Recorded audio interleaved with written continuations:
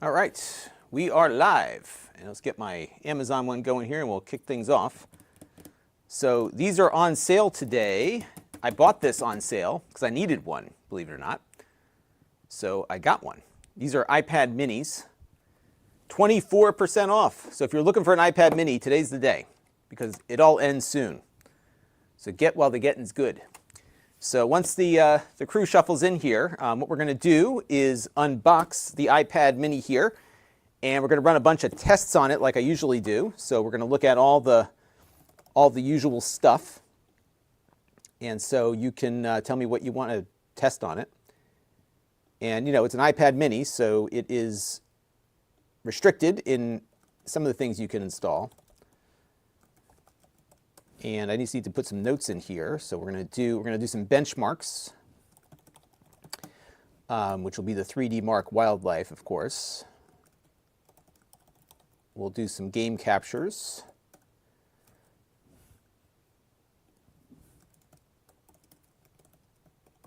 And then we'll see what else we can come up with. So that is the plan. So that is it. Let's see who's joining us so far. We'll get my thing refreshed here. Looks like we've got a couple people popping in. There we go. Now they're starting to show up. And yeah, so it'll be a fun little stream today. Keep it low key. I even found my Apple Pencil. Actually, I found the wrong Apple Pencil. Let me see. Is this the right one or not? Oh, it is the right one. No, it isn't. This is a generic one. Shoot.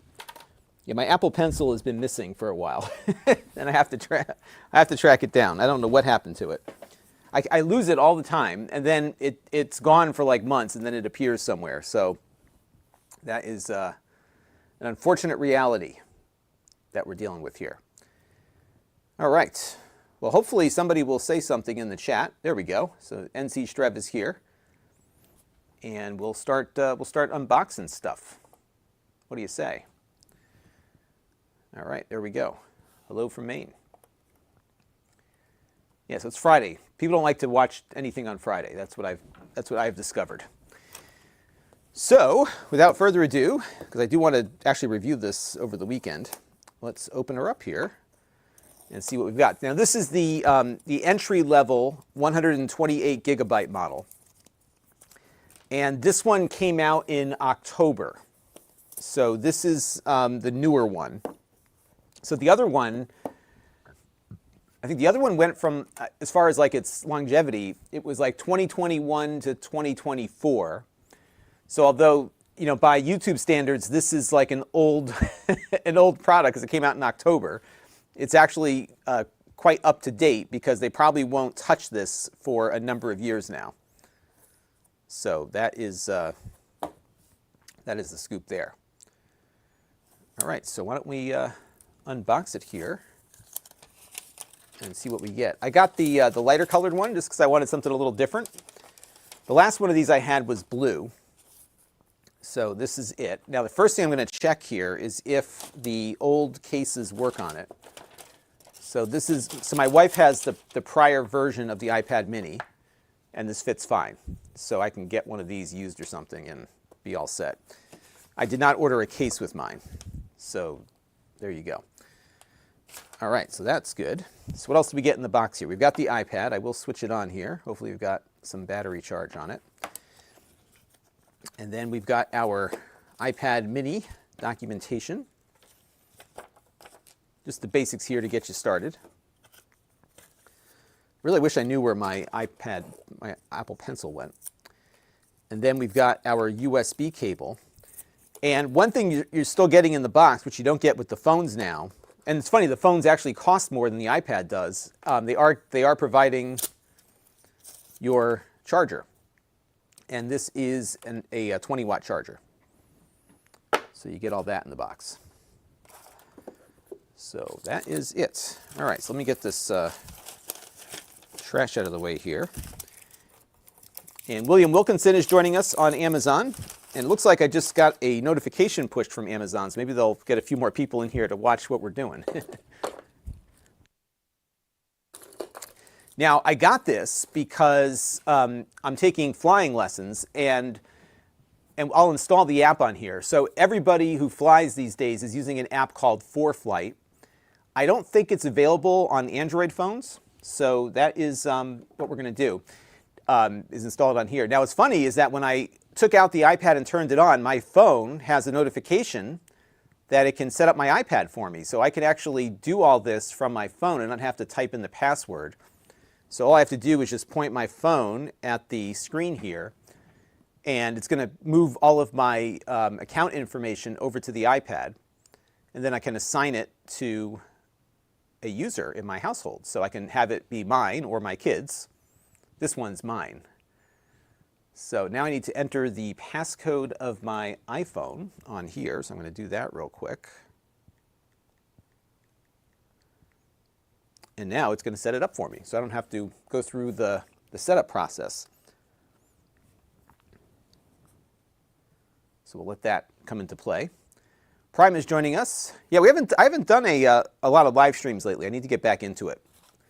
Partly because I've been busy. It's been hard to have the time to be able to sit here, but now that kids are out of school, it's a little bit easier. Diamond Dave is joining us from the UK. Good to see you. And I'm just going through the setup process now. I love how small these are and how thin they are. They remind me a lot of the data pads that they had on Star Trek. Now, this has a fingerprint reader, which I actually prefer, believe it or not, to Face ID, because there is no Face ID on these. So I'm going to click Continue here, and I'm going to place my finger and set a Touch ID.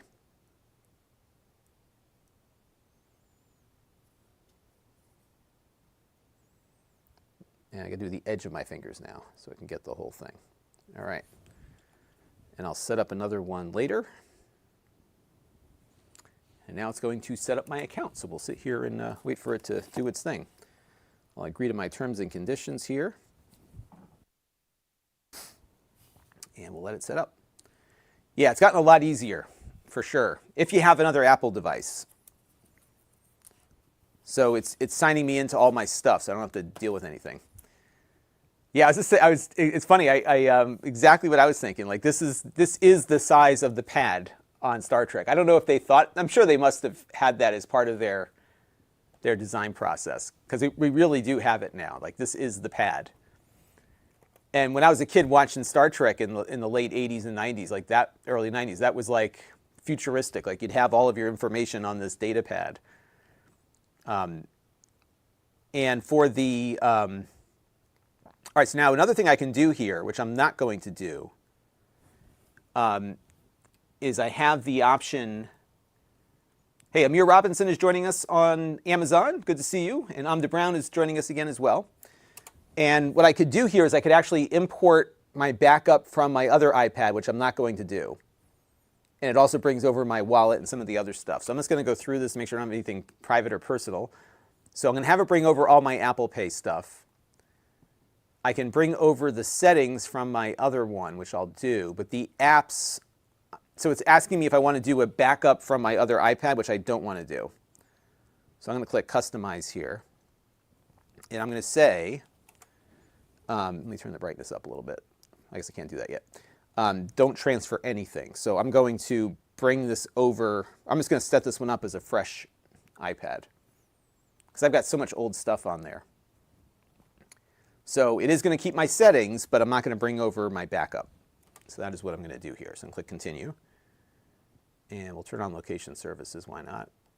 And then it wants my, yeah, now it's asking me for all my security codes. So I'll add all these things later. Add this card later. Add this card later.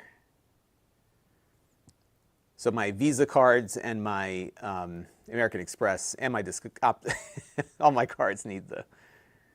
And then I've got the Apple Intelligence. So we will, as limited in its intelligence as it is marginally intelligent. All right, and I can just choose which ones I want it to summarize here. So we'll do that. Okay. And we have Siri. Okay. Oh. Sorry, I don't understand. Okay, I'm going to mute myself because I have to say something, okay?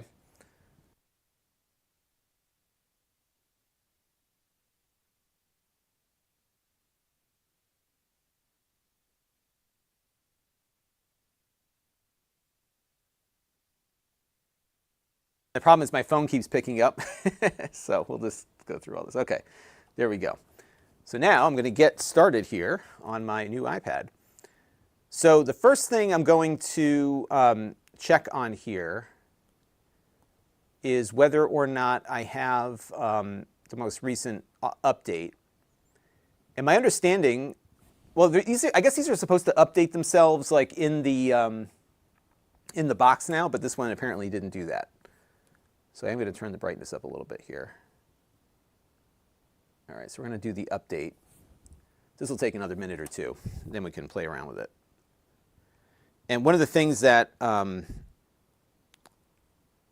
you should really do on these is update them whenever the updates come out, because usually there's a good reason for doing that.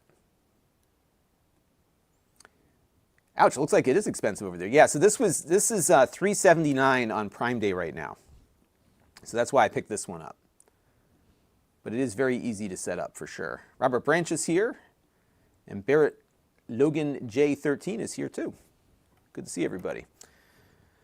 All right, so we've got a, once again, it's the live stream update zone here. So we're going to update the iPad.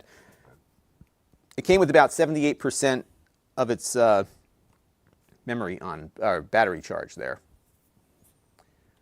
So I don't know. I mean, I don't know if the Apple if they'll have like an M4, M3 mini. That'd be kind of cool if they did. I think what's going to happen with these, if the past is any indication, is that the mini, I don't think the mini sells as well as the other ones do. So the last version of the mini, it was 3 years. So essentially 3 product cycles before they updated it. And this one physically is the same as the other one, except that it's got an A17 on board, A17 Pro. So for my purposes, I didn't need the Apple Silicon for what I'm going to use it for. And even if it did have it, I don't know what apps would be all that useful on the small screen. Like if you've got Final Cut or something, it'd be hard to use it, I think. So from my perspective, I'll put your question back up. The price was right today. I needed one for my flight training, so I said, you know what, I'm gonna jump on it today, because I had been meaning to get one. And now my update is paused for some reason. Why did it do that? Is that my fault? I may have touched something when it was... There it goes, it's going still. Okay. So it shouldn't take too long. Oh wow, Barrett's got the first generation. Is it still working? My wife, I think I got my wife a second generation one, which was still working when we decommissioned it, but she had a big crack in the screen. So I got her a new one for Christmas or a birthday or something. Kevin Hawthorne is joining us from Lakeland. Good to see you, sir. It's been a while. All right. It keeps pausing. I don't know what that means, is that it's pausing. I'm not touching anything. Let's see.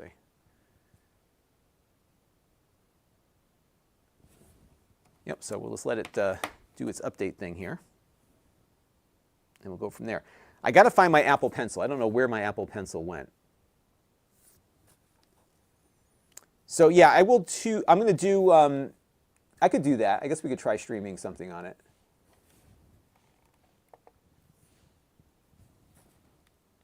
So I do have my game controller. Maybe I'll do GeForce Now. We'll try that. Yeah, I think it's exactly, that's why I got it, was for flying. Every pilot has one. I mean, everybody I'm encountering has one, because ForeFlight runs on it. I don't even think ForeFlight you can get on Android right now. And Amda Brown has an older Mini 4, so it's 4th generation. His is dead as a doornail. Yeah, once the batteries go on these, you're stuck. And it's impossible to work on. I don't even know how you'd get into it if you wanted to.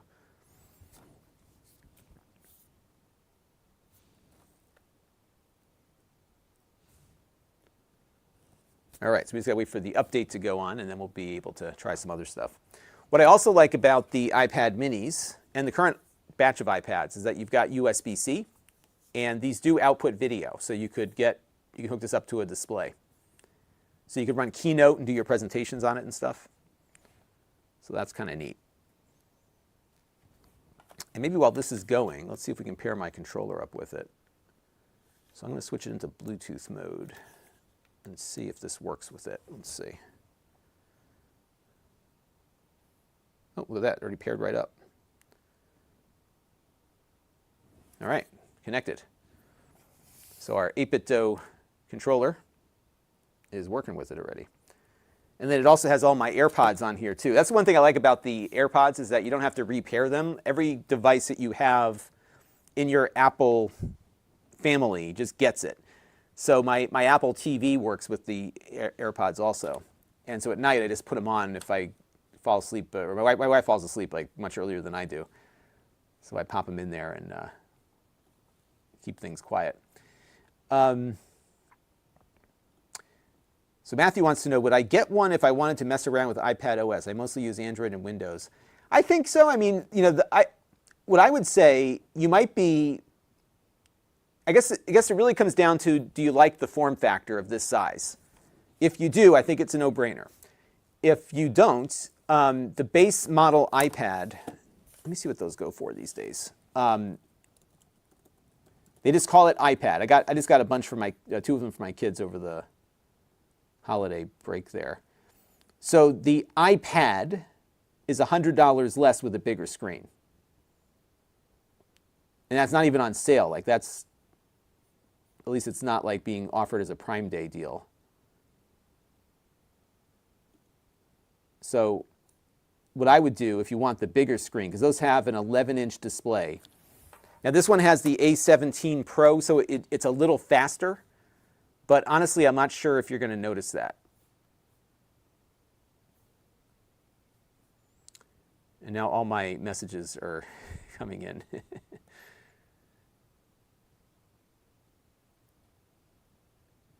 Okay, so let's go back to our software update and see where we're at with that. Still preparing the update. It's getting warm as it's processing that update.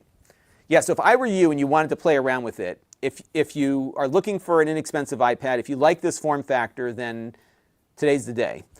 But I'm seeing on Amazon right now, they've got the iPad, the regular iPad with the A16 chip for $279. That's a good price, actually.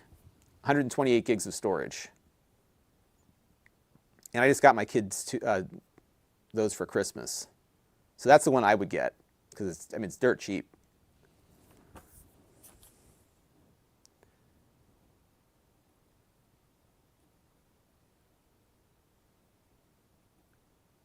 And Barrett has iPad OS 9.3.5. I'm getting 18.5 right now, so you're way behind there, right? He's got the original one. Jared the Geek, as a Windows and Android user, I jumped into the Air 11 with a keyboard and uses it now more than any other device. So you know what's funny is I have an iPad Pro 11 that I got back in 2018, and I never use it. I never, ever use it. My daily driver, like this is like my iPad, my MacBook Air. This is the MacBook Air M2. And I can't even tell you how much I love this laptop. I've never had a laptop I've loved as much as this one. And I would say the same of my M1 MacBook Air, which I gave to my wife after I got this one. So my wife's computer now is like 5 years old, and it's still going strong. I have never had a low battery message on this ever. It's lightweight. I would have loved to have seen like a 12-inch form factor in this one, similar to their old 12-inch Mac. But this is a great laptop. I use the you-know-what out of it.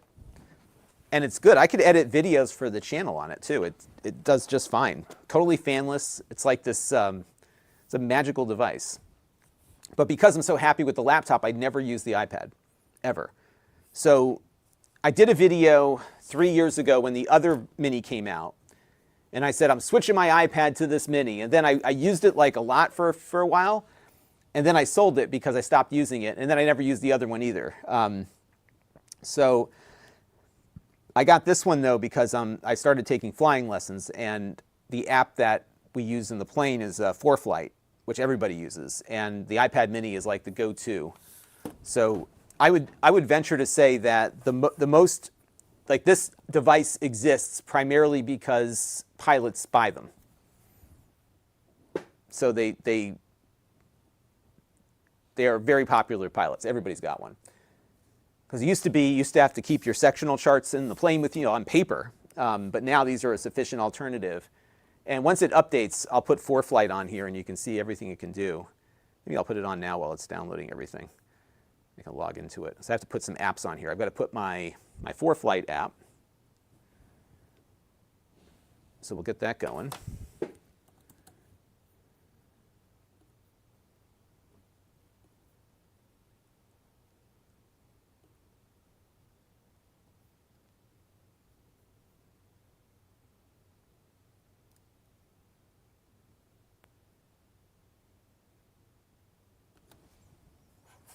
And let's see here, what's new? Okay, so let's continue here.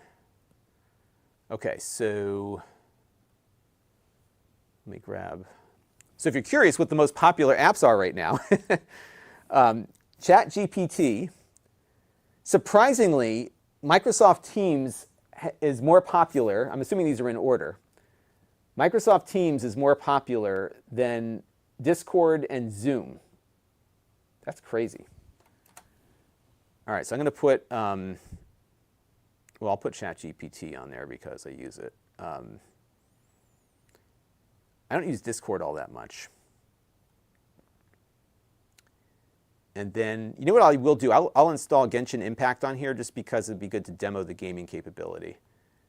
And then we'll do a search here for ForeFlight. And we'll get that going.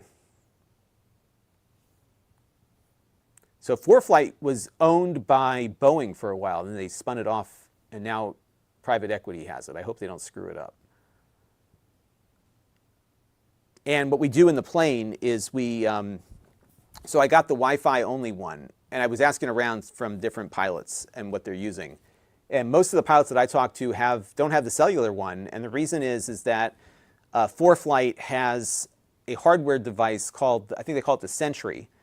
And so you stick it in the windshield, and that device is your GPS, and it also has an ADS-B receiver on it, so it can receive positions of all the other aircraft from their beacons, and it also receives ADS-B weather data. So you actually get a little bit more up-to-date information through the Sentry than you do through the internet. All right, so allow. Oops, shit, I did the wrong thing. I have an account. And I've got to go find my passwords are in here already. Okay, so we'll do that one. Let's see if it gets me logged in here. Oh, that's not the right one. Okay, so let me go. That's right. Photomator. I use Pixelmator. Is that? Oh, Photomator is their photo app, right? Is that their new thing? I haven't played with that yet. And I sort of have a flight sim set up. I'm not happy with it at the moment, but I want to get there eventually. Now, I'm the Brown says that last year he had his wife take his 2018 iPad Pro, that's the one that I have, to the Philippines to replace the screen while she was there. How did the screen come out? Because that had like a nicer screen than some of the other ones. And his 2019 iPad Pro has the A16 or the A17. Yeah, so my understanding is the A17 Pro in this is the same as the iPhone 15 Pro, but it doesn't have, the iPhone has one more GPU core, so I think the iPad performs a little bit better. And I'm going to install my password manager on here too, because I don't currently have my password installed on this thing. So Bitwarden, I'll install that. And I'll log into my Bitwarden account here. Give me a second. Because my ForeFlight password is on my Bitwarden account.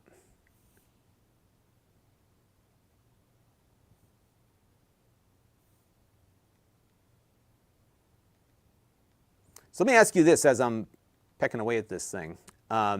What do you all think about Apple's issues with artificial intelligence right now? Because I hear like investors are freaking out over it, that they're so far behind. But at the same time, I don't know if consumers use that much of the AI. What I think would be good is if Apple could come up with a way to make a usable AI agent, which would be worth I think, waiting for if they could come up with that technology. And there's a great video from like the late 80s, early 90s that Apple did called the Knowledge Navigator. Search it on YouTube. And it's like, it's exactly what I would like to have in an AI agent that they envisioned that long ago. And back then it was like science fiction. How could they ever come up with something like that? But now it's looking very much like it's totally doable if they just had the foresight to implement it. So we'll see what they come up with there. I'm just going to put the GeForce Now app on here. Actually, that's right, there's no GeForce Now app on the iPad because they don't allow it. You can put Steam Link on here, but not GeForce Now. But there's a web-based GeForce Now that we can try.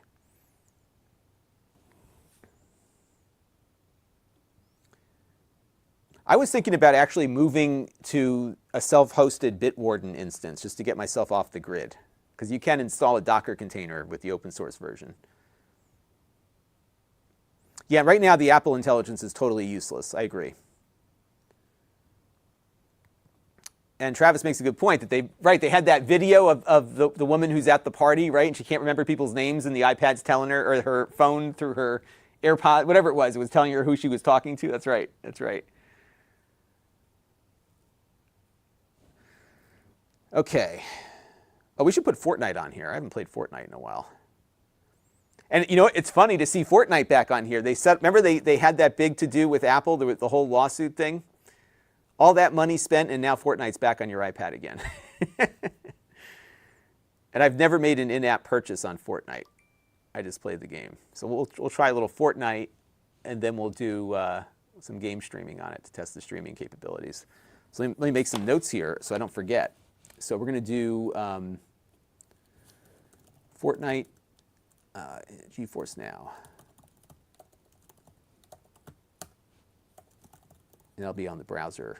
But you can make it like a web app, so it should feel pretty.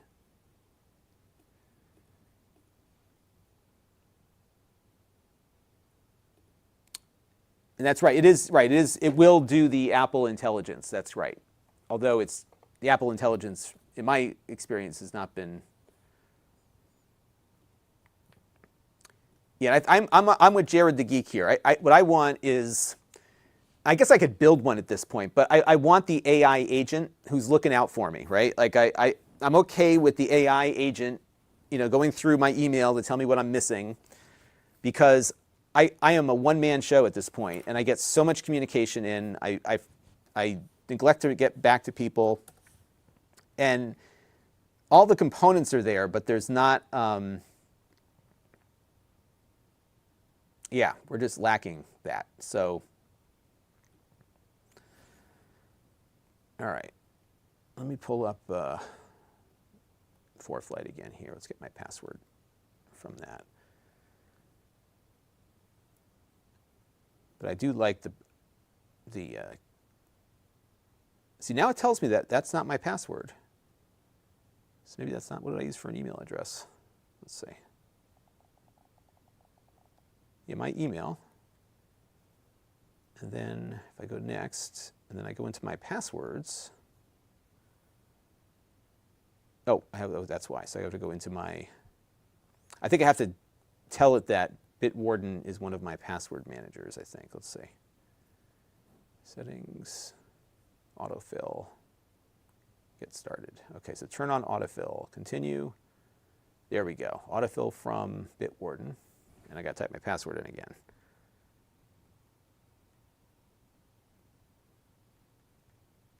Oops. But I ordered this yesterday, and it showed up like right around lunchtime. It shows you how efficient Amazon is, and probably how many of these things they have. And On the Brown says that in some of the Asian Pacific countries, they've got less regulations on consumer electronics.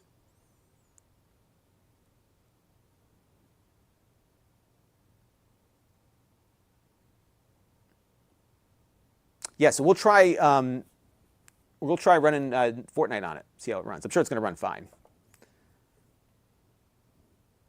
Okay, so I've got that in there. So let me go back to ForeFlight here. Let's try to log in again this time. So now I've got my Bitwarden thing. Jeez, I got to type my password in again.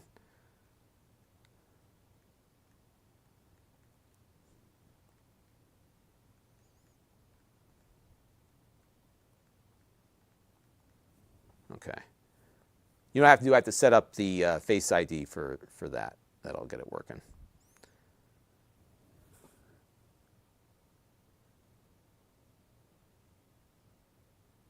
Yeah, I think that's exactly it. This is like driven. There's so much hype out there that have and I see it as a member of the media. I see everybody who sends me a press release. It is AI all day long, and it drives me crazy. Wow, so Amda Brown got his screen replaced on his iPad Pro for $135 overseas. It was. I'm sure it wasn't like an Apple display though, right? It was like somebody else's. Like a third-party display. Okay, so here is the ForeFlight app. So this is what you get. So these are your sectional charts, and then you can drill down into different airports. So for example, this is the airport I fly out of here called 42B, the Goodspeed Airport. And so I can tap on it, and then I've got all the airport information. So what my flight experiences have been lately is we fly from here over to here, which is the Meriden Airport. And the Meriden Airport's got a longer runway. So my instructor prefers that I practice on that one. What's cool though is that ForeFlight, if you have it connected to everything, it keeps track of the weather data, so you know what runway the winds are favoring, right? So right now runway 18 is what everyone's using. You have your weather METAR information, and it tells you when it was last updated. And then you also can do like a daily forecast here. It's actually a very good weather app in addition to everything else. So you have all that information. When you get on the ground, it actually pulls up the map of the airport automatically. So I have to get those loaded. I have to put the plates in here, which is really helpful. And then, let's see what else I have in here. I have, and it syncs up. They have like a cloud thing too. So my logbook is in here. Let's see. So here's all of my flight logs. So I have 26.7 hours. These are all the flights that I've been on. I've only gone up once this month so far. And so I had 2.3 hours, 7 takeoffs. It's always good when your takeoffs match your landings, right? We did one touch and go, and then my flight instructor signs off on it. And so this is my logbook. And then I've got, I think my weight and balance should be synced up. Let's see. Yep, so this is the weight and balance for the other plane that we're flying. What we discovered when we started doing all of this is very important to do your weight and balance. And when we were doing all the calculations for weight and balance on the plane that we're flying, we discovered that if we had full tanks of fuel, we were overweight. Based on our weight, me and my instructor, we weigh about the same, and the fuel. So, and as such, we're already, you could feel the plane is a little front heavy because of our weight in there. So, hey, thank you for the super chat. Adventures in Blind Videography, much appreciated.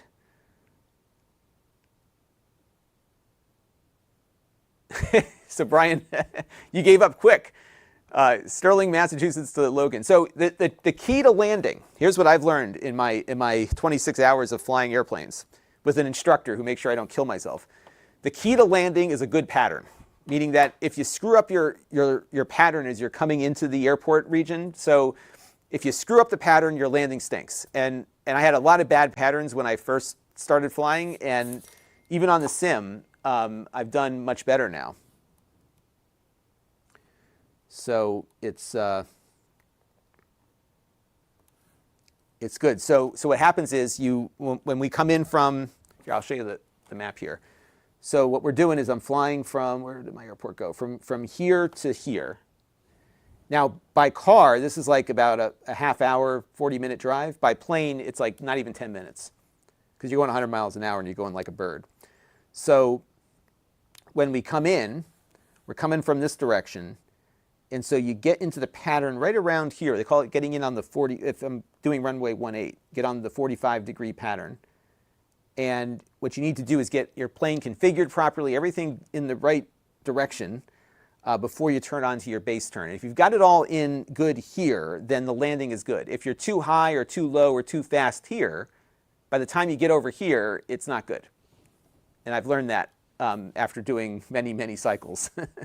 And the one thing that I haven't yet fully mastered is the last part of the landing when you actually land. So that's what I'm working with now. But what's nice is on this on this app is that when you have it connected to the Sentry, you've got yourself. Let me pull up something else here I can show you. When you have it connected to your Sentry, is you get all of the real-time data for all the other planes that are in the vicinity with you. It's really helpful. So what I'll do here is I'll pull up the traffic. Now this is going to be bringing in internet traffic right now, not from my Sentries. I don't actually own a Sentry. I use my instructor's. But it connects over Wi-Fi to the Sentry. So what you can see here is, so you'll see this in real time coming off the Sentry of other planes that are near where you are. And you'll actually get a notification if it detects a plane that's too close to you. So it's pretty helpful. It's not a replacement for avionics. It's not something that you would use instead of avionics, but it's a good supplement for that. And I got to figure out how to get rid of this menu here. I can pull it down, but I can't get it all the way up there. I'll have to figure that out later. I'm not paying for this, but they also have like some navigational aids in here too. I can't remember how to get rid of this screen here. There we go. Yes, you need the subscription for the synthetic vision. I have the base subscription until I decide I need something more. But right now you can see where I usually fly into. The pattern is pretty clear. Oh, and then this plane here. So my instructors, the little flight school that I'm in, they have two planes. So this is the other plane.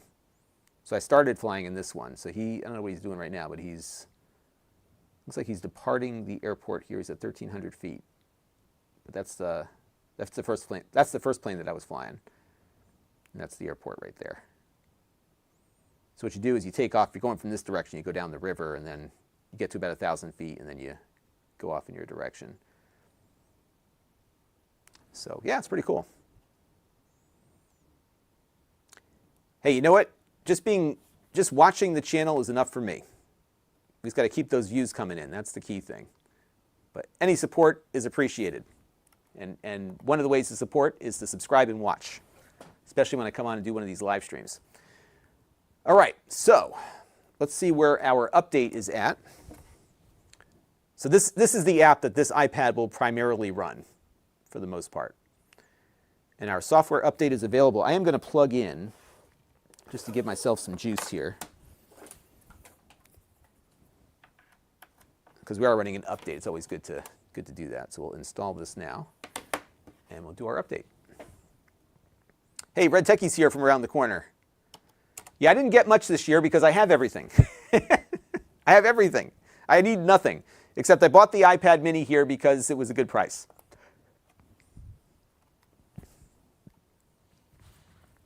That was it. I think the Flexi Spot desks were on sale per our previous conversation. So you can get those. They are a sponsor of the channel. All right, so now we've updated, and we're going to let that do its thing there. But I wonder if this is the first year that Prime Day has been this 4-day extravaganza. I don't know if that diluted it, but I've seen more. It's felt not as active to me, just from what I'm hearing. The big thing that I would say is lacking from this Prime Day is on their website. You can't search for Prime Day deals. You have to browse for them. Because they used to have a thing in the search bar, at least on the web. Let me check the app here. And I'll show you what I'm talking about.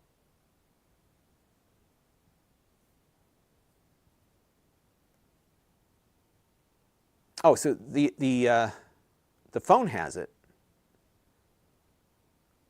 So the phone has it. The web browser doesn't. So for example, I was searching for like an iPad mini case.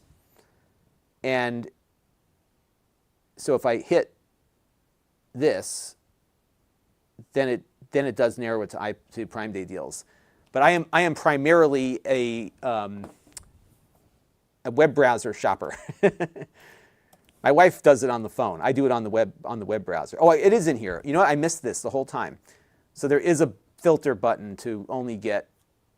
They used to put it as in the search bar, and now on the last day of Prime Day, I finally realized that. Okay. Well, that ain't good. So now I'm going to search for that 4 terabyte NVMe drive I was looking for to see if it's on sale. I was trying to get if there was an NVMe at 4 terabytes under $200, I was going to pick one up. But there's a Crucial with 2 terabytes for $99. That's a pretty good deal. Maybe I'll get that one. So what I'm trying to do is get my little NAS in there set up. And I'm trying to get all my spinning drives unspun and just run it off of the NVMe. But I need at least one more 4 terabyte probably for the parity. I got to figure this out. We'll get there. So Greg M. did not find many deals. Yeah, I should look at some of those extend. I go to the Camel site just to see what the price trends are.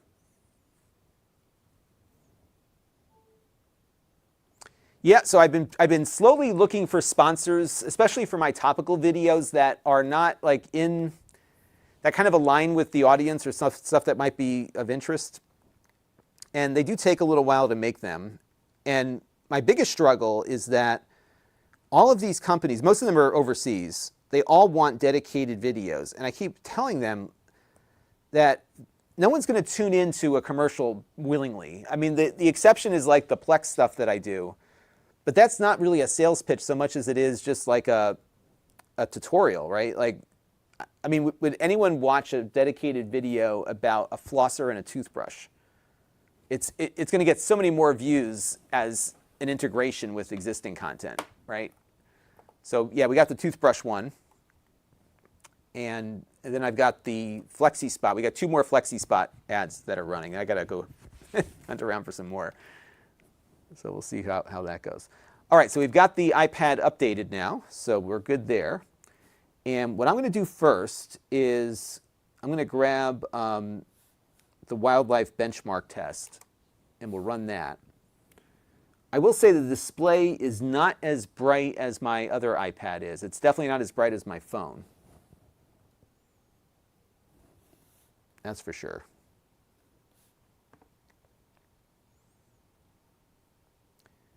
And I may try the Apple Arcade again just to see if there's anything better about it. I was subscribed for a short time and then unsubscribed. It's all this mobile games, which I'm not all that interested in.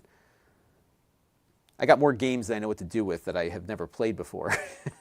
So, all right, let me go look for, we'll put YouTube on. And let's see what else I'm going to put on here. I'm not putting TikTok on because it's just a time suck.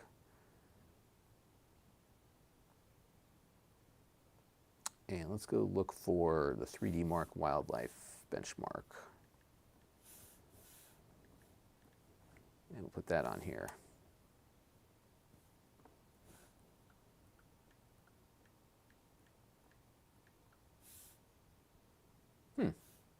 Usually 3D Mark's right on here. Let's take a look again.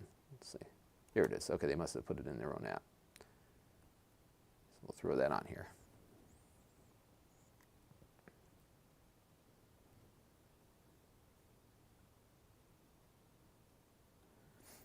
I would say there's like rare exceptions where that would work. And you know what happens is, I don't know, I mean, they must be effective to some degree, but I mean, maybe it's I don't know. Like, I like the way Linus Tech Tips handles it. He finds a good way to integrate the product into something of value to the viewer. But a lot of them, they just want like a commercial, and that's not what I do. I just don't see how anyone would want to tune in for that.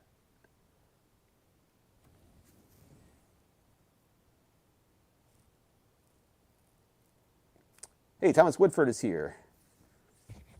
Yeah, this is exactly what I'm talking about. Like, would any of you? I guess it depends, right? But so I've done stuff with Synology in the past, but those have been tutorial-based things that I thought would be of interest. I did a series for Mevo on those Mevo cameras.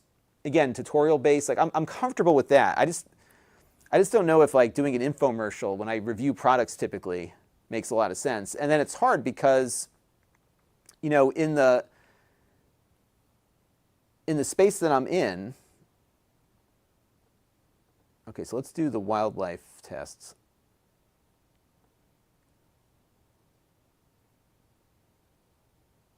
All right, let's do this one. We'll do the wildlife extreme first, and we'll see what we get here.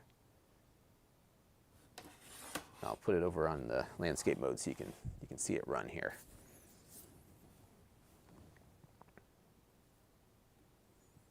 But exactly, like if I did a video about dental products, like who's going to tune into that?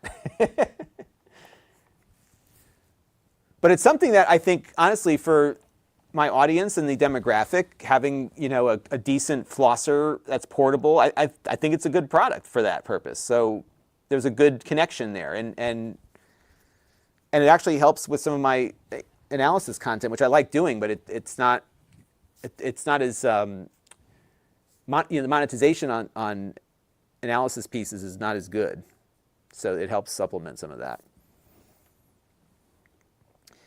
You know, I don't know. It's hard to say if they're the most reliable. I've had very good luck with my iPads over the years. My kids both have iPads, you know, that never had problems. The key if you have children is to put them in a case because, especially my younger ones, they drop them. And what killed me was I bought some refurbished iPad minis for my kid when she was like 3. And I know people say, oh, don't give them the screen time, but that kid was like learning a lot from her iPad. Like, it was amazing what she was doing with it. She was teaching herself how to read. It was crazy.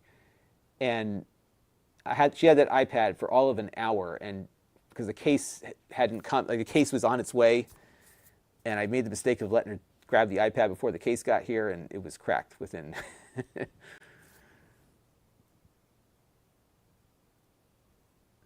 Well, thank you, Travis. Good to hear that. I'm going to keep that going. That's my plan. Good afternoon, sir. How are things in the Outer Rim today? You're trying to, like, you know, the Grand Admiral Thrawn here is trying to go incognito on us, but no one's buying that. So I am with Comcast, but I have the Comcast Gigabit Pro, which is their fiber optic connection.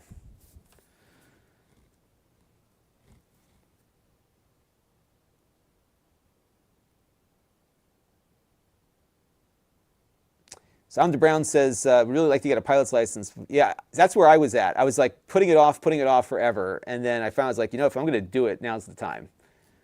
So where do you live, Amda Brown, generally? Because if you're nearby, you can come to where I'm going. But you really got to do it.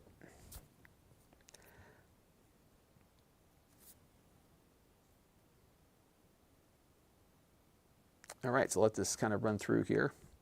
So I'm not going to do this right now, but if you go to Lon.TV/gigpro, you can see what I get. It's 10 gigabits symmetrical. No joke. 10 gigabits. It's insanely fast. Yeah, they do, and that's the other thing. The iPads do hold their value quite significantly. I agree with you on that for sure. And you know what? Like, I look at my kids, I look at my nephews. So my nephews have Fire tablets, and whenever they come to visit, they grab my kids' iPads because they prefer, like, there's something about the interface that Apple has put together on these iPads, and it might just be the latency or how it responds to touch or whatever, but I noticed it with my own kids too. Like, every kid will always go to the iPad over something else. I'm not sure what it is. Well, that's cool. I didn't realize you're that close. Yeah, we should, next time I come down there, I'll ping you. But Florida's a great place to learn. In fact, a friend of mine's a flight instructor in Orlando. There's a lot. It's great flying because it's really, for single engine planes, Florida's great because you have so many flat areas with a lot of water nearby. Where I am, we got trees and forests, so you don't want to lose your engine there. Okay, so here's the test results. I wish my screen could get brighter. I got to adjust. Let me check something real quick. It could just be this is as bright as the screen gets, but I'm just used to my iPads being brighter than this. And I think even my wife's iPad looks a little brighter. Let me go into... And I might run this test again before I do my review video because it feels a little warm from the update that it just did and we're charging it too. So let's see, let's go into display and brightness. I'm going to turn automatic off and see if, no, that's as bright as it gets. Yeah, so it's a little, my camera's a little bit at fault here, but it's definitely not as bright as some of the more expensive iPads are. So what you're seeing is about the brightness level that I'm seeing. And it does get a little dimmer when you go off center on it too. So I'm not looking straight down on it right now. So, all right, so here's what we got on the test results here. So I will analyze this for you. And I want to thank Leslie Colby and Micah Gibson for following me on Amazon, which you all can do too if you're on YouTube. So if you go to Lon.TV/benchmarks, I've got a benchmark spreadsheet.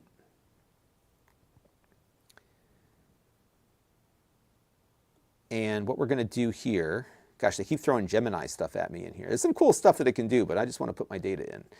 All right, so 3D Mark, Wildlife, Unlimited. Okay, so I'm going to go down to the score here and see where we land. So the iPhone 15 Pro Max, which was my last phone, it had the A17 processor, and it actually did much better. In fact, it was twice as fast as this same A17. So my guess is they probably throttled this down a bit.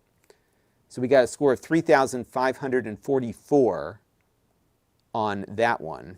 This one got 1,804, which actually puts it kind of low. So let me just do some analysis on here real quick. I'm going to add this to my spreadsheet real quick. And I suspect that we might be throttling a bit here, because I think it should be doing a little better than this.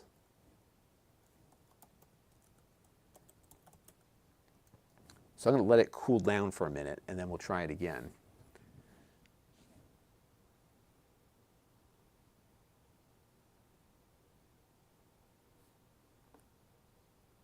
So we can do some comparisons here. So if we look at the iPad, let's look at another iPad mini, see what they're getting for these things. Well, they don't have any iPads on here. Let's see. iPad Pro. So I don't expect it to do as well as the iPad Pros would do.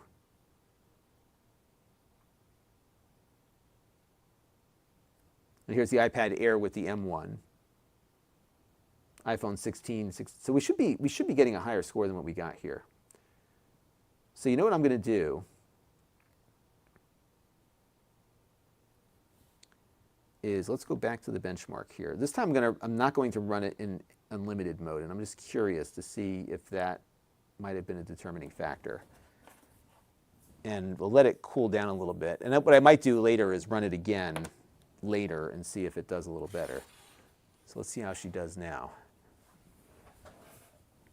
And this one you can actually see the test running here, so we can get the graphics on it.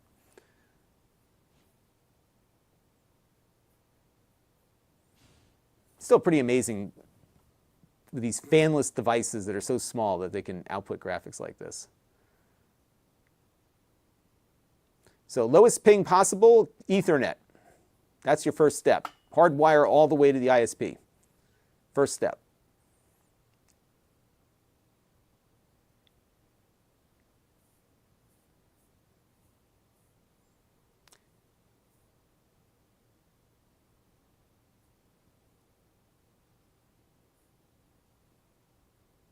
So if I put a dollar amount to a sponsor, it depends, I think, on the fit. I'm not that expensive, So I negotiate. I'm not like $10 million or $10,000 or even remotely close to that. I'm just looking for just a supplement. Yeah, I'm getting the same score. It just seems like that's low to me. So let's do the other one and see how it does on the regular wildlife test. So we'll go to regular wildlife. Let's run this one. Now it says my device is too powerful for this test, but we'll see. Now this is the same test of running at a lower resolution. And it'll load up like Fortnite and do some gaming on it.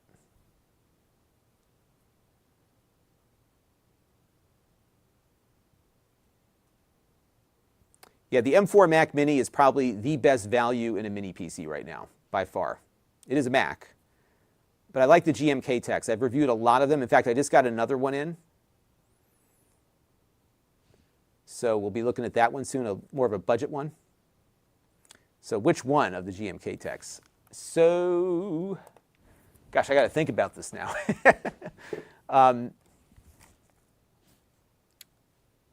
It depends what your price point is. I love their cheap ones because the cheap ones are they're really value packed.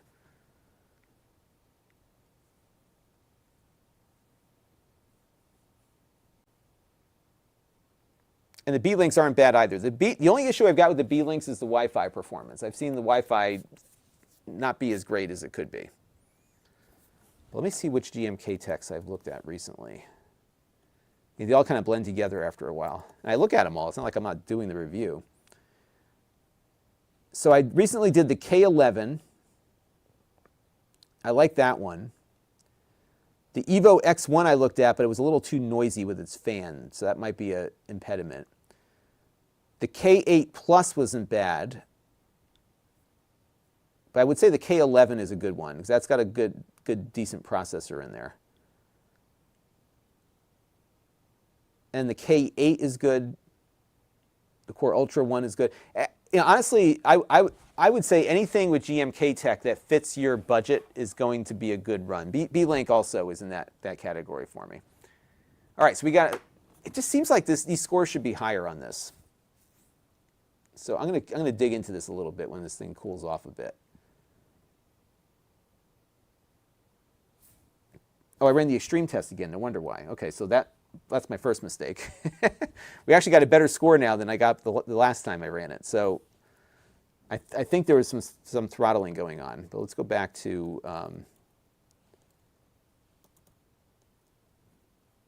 because now we're up to 2637 at 15.8 FPS. So now we're close to like the iPhone 12 Pro and where the iPad Air was 5 years ago, which wouldn't surprise me.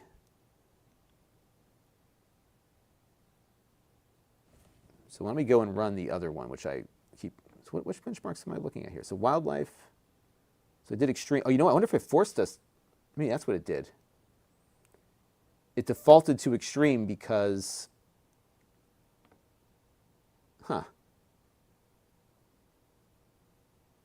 Wait a minute, what am I looking at here? So it ran wildlife and then it ran extreme again?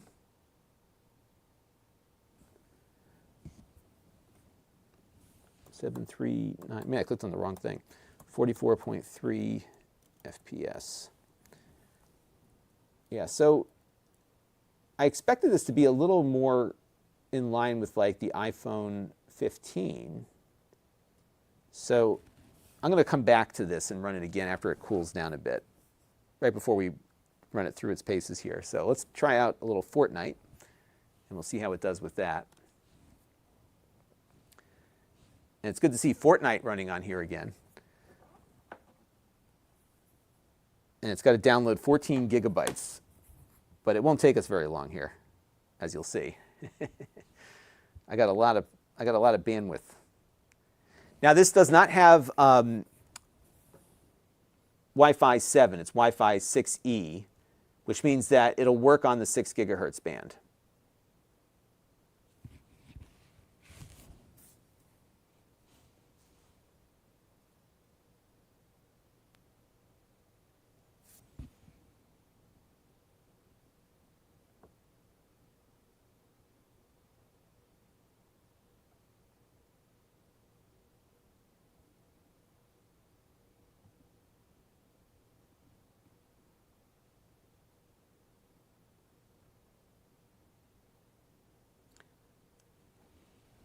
right, so let that download. And I'll pair, my controller is already paired up, so it should, there it goes. So we should be able to use our game controller with it.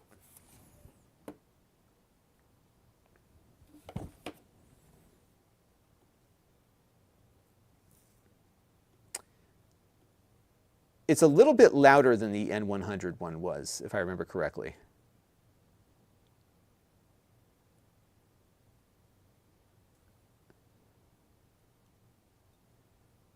And this does have one less GPU core than the iPhone version had.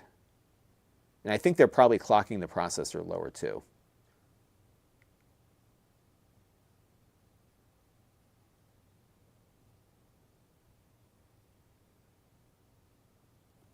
So see you later, Travis. Thanks for stopping in. Appreciate it.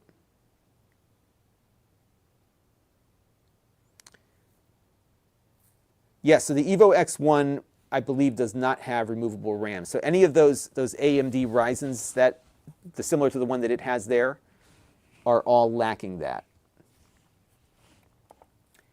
And I also noticed the display brightness reducing. So I think what we're dealing with here, it's not overheating, but these things throttle. So we just did an update. We ran a bunch of benchmarks on it. So I got to see what we end up with here. And this is exactly the case. So when you do have a fast internet connection, I have never seen anything deliver me data beyond speed tests, beyond 2 gigabits per second. I've never seen it. I got like 2.5 maybe out of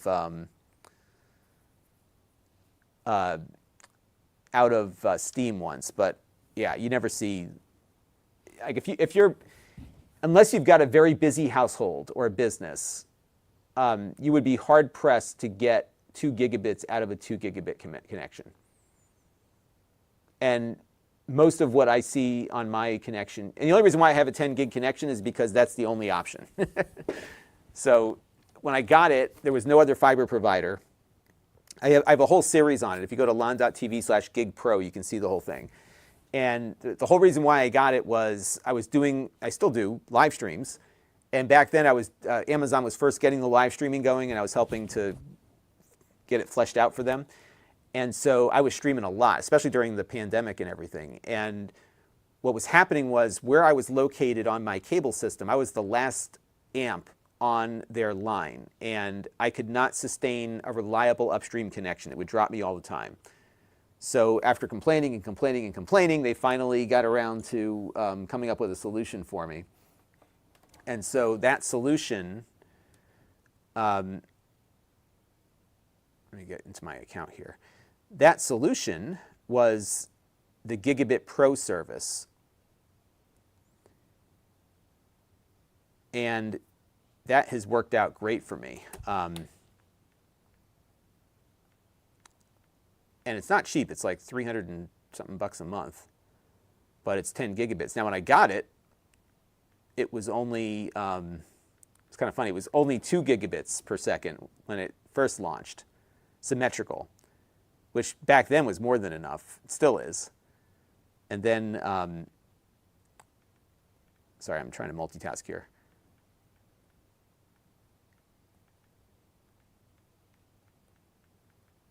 I got to turn on Face ID for my password thing. Because I'm going to have to type the freaking password in again. I know it. Oh, gosh. I got to go in and fix that. And then they kept upping the speed because their competitors started upping their speed. So it worked out great. And now it's so reliable. And what's nice about it is that the Comcast connection, at least in my area, is what's called a Metro Ethernet connection. So the connection is essentially the same connection that their nodes get back to their head end. So you've got a very low latency connection, incredibly reliable. I mean, it has been down maybe twice for just a few minutes in 5 years. I'm not sure if Red Techie is still on, but he got it at his house around the corner too. And it's been rock solid. So I have other options now, and I could pay a lot less and have Frontier come in and do something, but I have decided to stick with Comcast because the quality of the connection is that good. If I ever moved, I would probably reconsider that, but I'm not going anywhere. I have too much stuff. I don't know how I'd even move it. All right, almost logged into Fortnite. Okay. I haven't signed into Epic Games since January.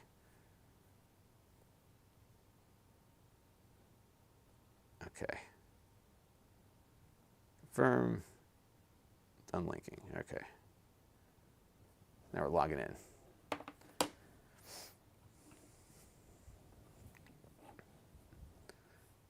Yeah, so that's really what it comes down to, is that if you're going beyond 2 gigs or 1 gig, it's really a matter of having, if you have a lot of activity, you can open up a lot of sessions and get full bandwidth on all of them, or at least gigabit bandwidth. So I've never had an issue here, even if my kids are both, my wife could be watching stuff and it all just works. All right, what am I doing here? Let's go, let me skip all this. Is the Star Wars Fortnite still happening? Remember they had all right, I don't want to have voice chat. I don't want to talk to anybody. Skip that. I don't want to pay for anything. I got an item. Okay, I'll get that. All right, so, gosh, I haven't played Fortnite in forever. So Blitz Royale, is that the current thing?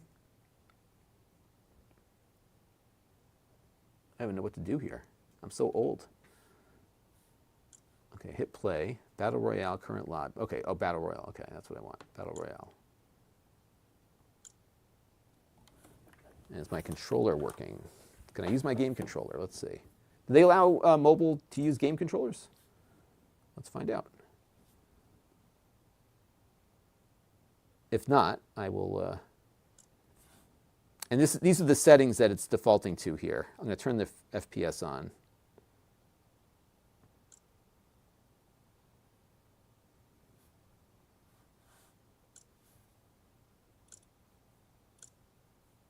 So it's mostly on like a lower setting. Although the 3D resolution is at 94%. Texture quality low. Okay, input, there we go. Invert controller view. Can I use a... I guess you can't use a game controller. Oh, I missed Star Wars. That stinks.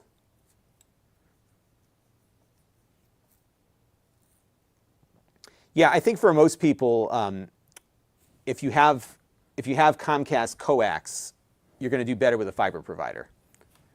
And what I've got from Comcast now is fiber, which is it's really good. Like it's really now. Granted that router they get, I have this huge router in there. It consumes like 100 watts of power constantly, and that's eating up my electric bill. But I need the bandwidth, so I just needed reliable bandwidth, really. Okay, so do you have the same one I have? This is the A17 Pro, right? So that's what I got on my last run. So I think we're probably where we need to be. All right, let me go back to the game here. I'll play solo. So it looks like I'm going to have to play it on the screen here, because I don't think my controller is going to work with this. Ed E is joining us. Good to see you. Oh, okay, so maybe it will work when I enable it. Let's see.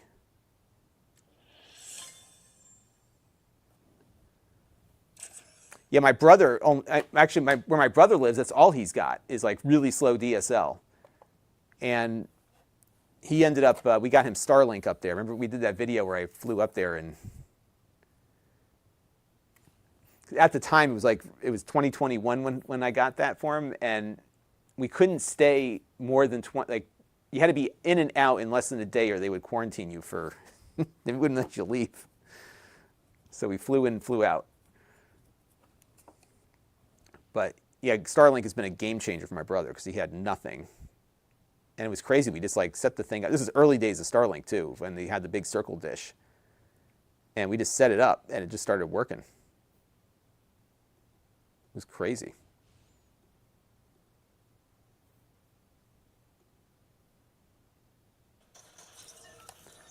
All right, so here we go.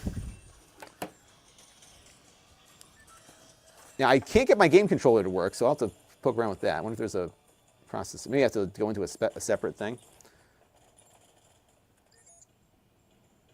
All right, so here we are. Now we've got the battle bus. Hang on 1 second here, folks.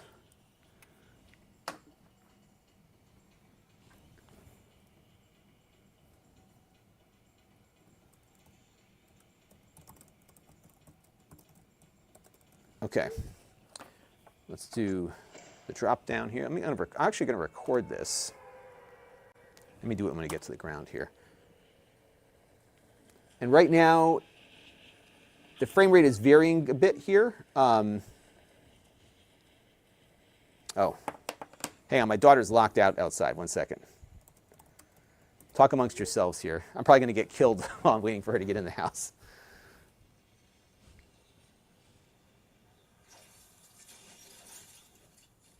Okay, there we go. Hang on, let me see if I can unlock the door for her from here.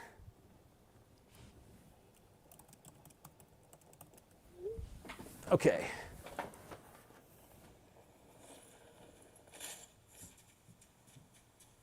All right, here we go. So now we're getting just about 60 frames per second here. We'll do a quick recording.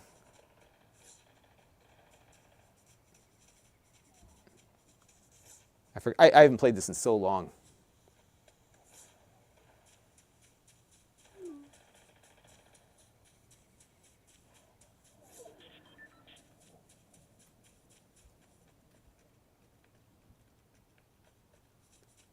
I used to just hide. I'd find a good place to hide, and that's where I would go.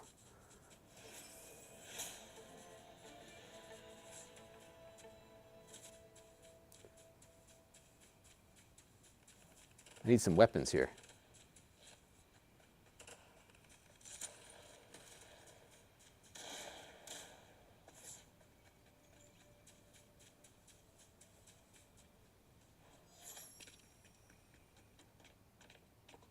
I think I'm going to get killed in a minute.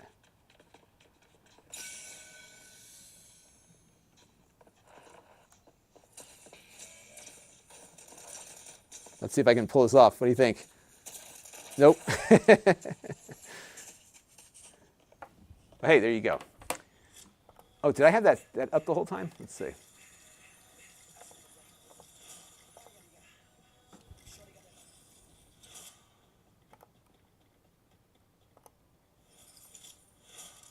I'm not sure where my recording went to. Let's see here. 4K test.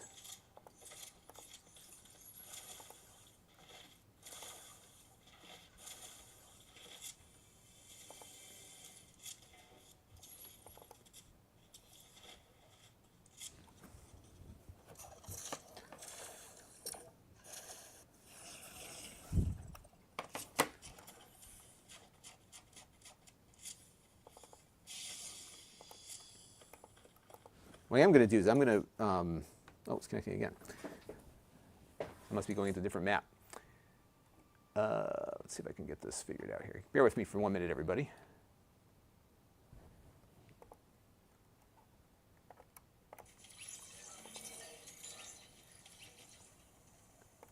I found a directory on my server that I've not looked in a while. I got a bunch of footage in there.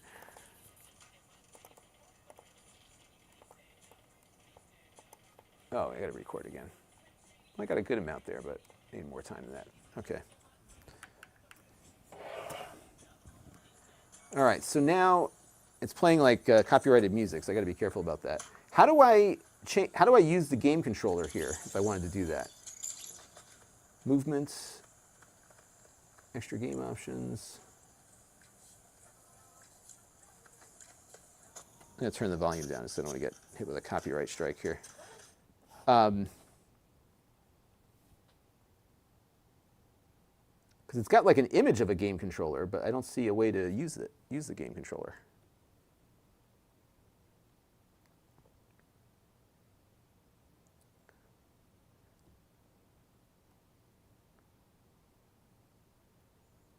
See, I would love an iPhone that folds out to this size. That would be a killer app for me, because then that would be the only thing I needed. So maybe that will happen one day. I'll totally do that.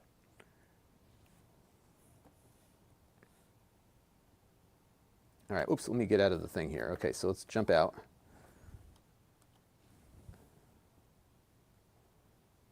know what's going to happen now? I'm going to get into Fortnite again. I was like hardcore. I wasn't hardcore, but I was Fortnite for a while. I was playing it on my Switch, I think the most. That's when I first started playing it. It was on the Switch, the original Switch. Not these fancy Switch 2s that you all kids have.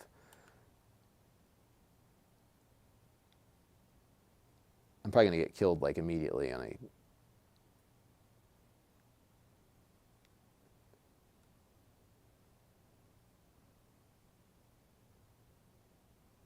oops, I don't want to do that. I want to get down here. Let's see, let me record this while I'm... Yeah, so it's running at about 60 frames per second. So whatever settings I've got it at, which is kind of like the default for the device, it seems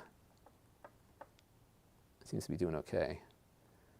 All right, I need weaponry here. Where's my weapons? So it's a search. Okay, hit that. Oh, there we go. All right, how do I switch to the weapon here? Okay, like a sniper rifle now. I'm so bad at these games, especially on a touch screen. I really don't like the touch display.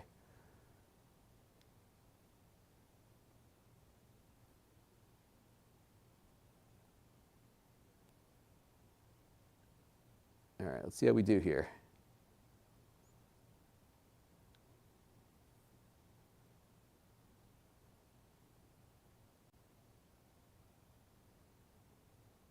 I'm just waiting to get killed is what's really going to happen.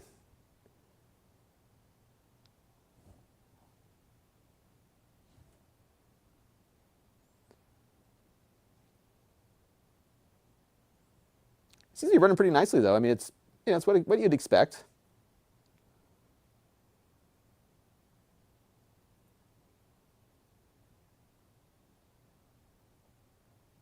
It's just hard to aim with the sniper rifle here. Like, I should have gotten that guy. Oop. All right, well, at least I got my footage. That's all I wanted.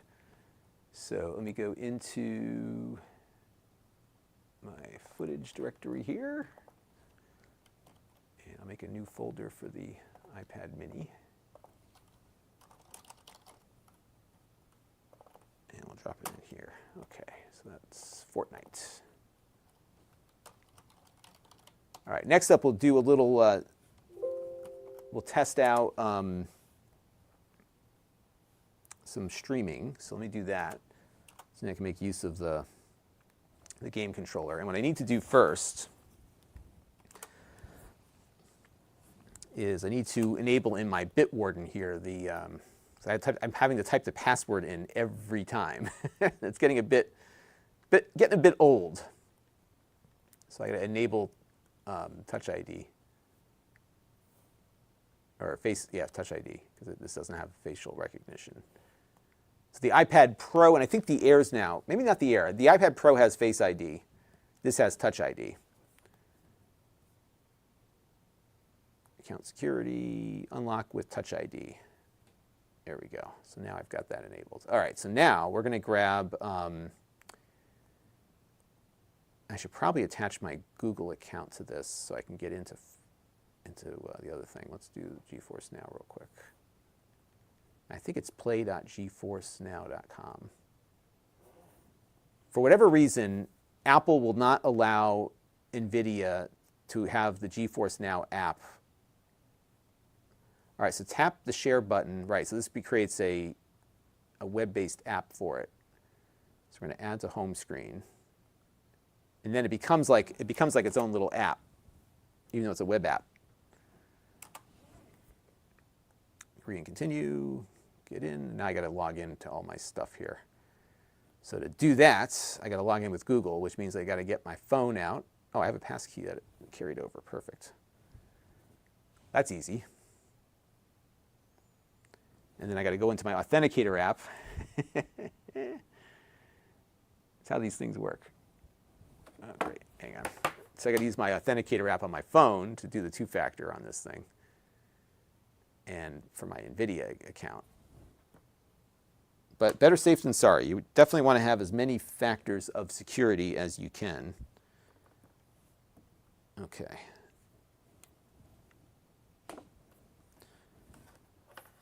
All right, so now I am logged in. You can close this tab and return to GeForce Now. Okay, so there we go. So what are we going to do? I think we're going to do a little do a little No Man's Sky. Why not? It's my favorite game.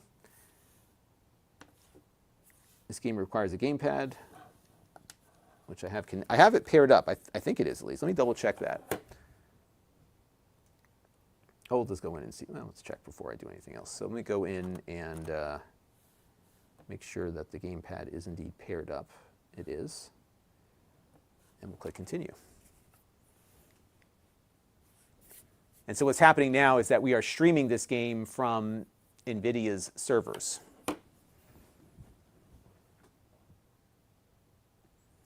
I don't know, how much is Donkey Kong Bonanza going to cost? I was never a big Donkey Kong Country fan. So I don't know. I might. Maybe I'll if you get the game key, I'll borrow yours. We should get back into that. The games are so expensive. We should get the game keys and swap them back and forth. All right, so let's see. Is my controller is not responding here. So let's see if there's some reason for that.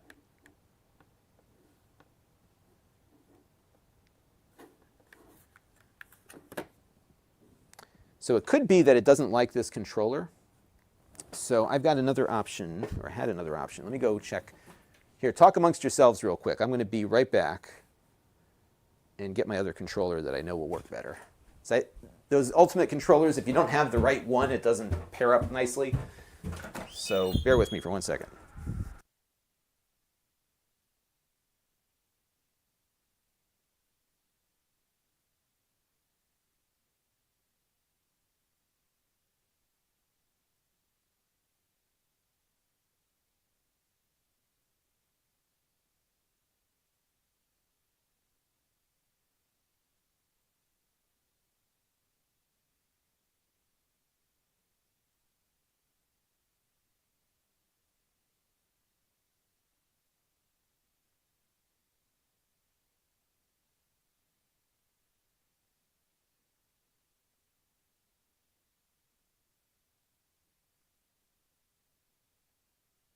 Okay, I'm back with a snack.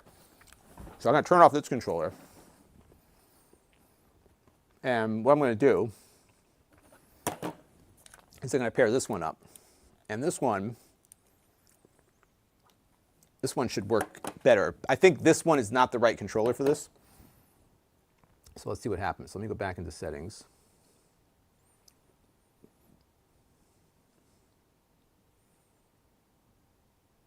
Okay. And is this working? This is not working either. Okay. More troubleshooting.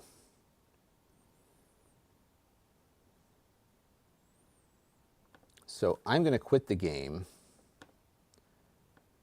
and go back in. The good news is it looks like it was streaming properly.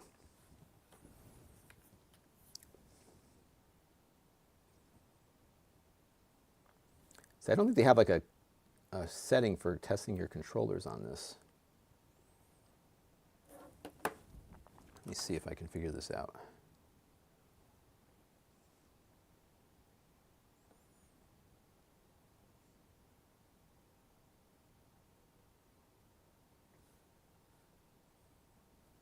All right, let's go back and just see if we can get this to... Oh, now it's working. Okay. Yeah, so I think when this controller is in Bluetooth mode, it emulates a Nintendo Switch, this particular one, I think. I don't know. Whatever it is, that one didn't like the iPad. This one seems to work better. Let's go.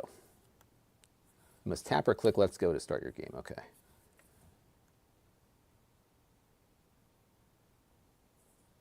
Oh, great. Hopefully it comes up here. Yes, that's working now.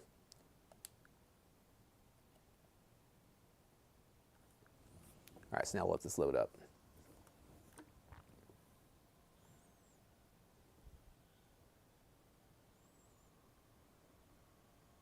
Oh, that's right. You can now share the games, right, on the Nintendo? I forgot about that.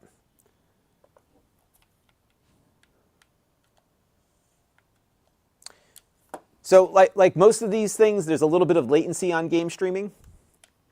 And as you can see here, the aspect ratio isn't quite right. Yeah, I have agreed to to pay money in exchange for a license that can be revoked at any time.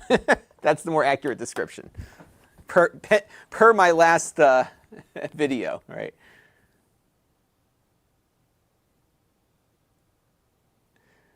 Yeah, who knows the compatibility, what that one's like, right?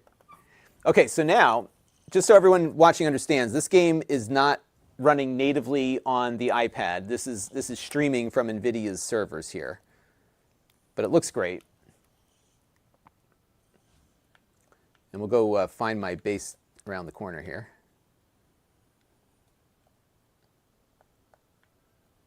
Here's my base. It doesn't belong to us, it belongs to me. Is this a nice planet that I found? I searched for many millennia to set my home base on this planet.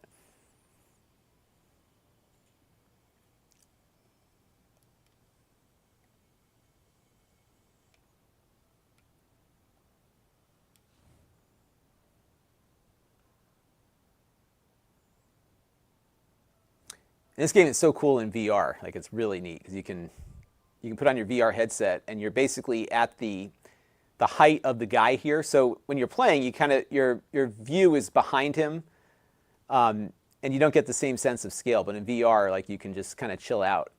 Sometimes I just kind of hang out at the on the edge of the platform here and just watch my day go by, right? And I've got I can go roam around in the underwater aquarium I set up. So I built this. I think I did this during the pandemic when I was stuck at home all the time. Yeah, I could go fishing. That's right. They have a fishing rod. I can go fishing. That's Lewis in the Amazon chat. So we can jump in here. And then I've got this set up. So first of all, you got like this really cool view in here that I built. And then I can go into my little transporter, and it takes me instantly underwater. So I've got these like cool tunnels, so I can watch the fish float around in here. And it goes down another level also. But yeah, it seems to be working. Then I can go out the door here and just go into the ocean. So this kind of goes over here. And then I built like a lower level with another little transporter thing. Isn't this cool?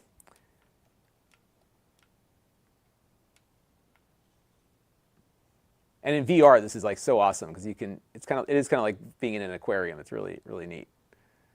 So, all right, well, there you go. That's your streaming, because somebody wanted me to test that earlier. And it seems to work.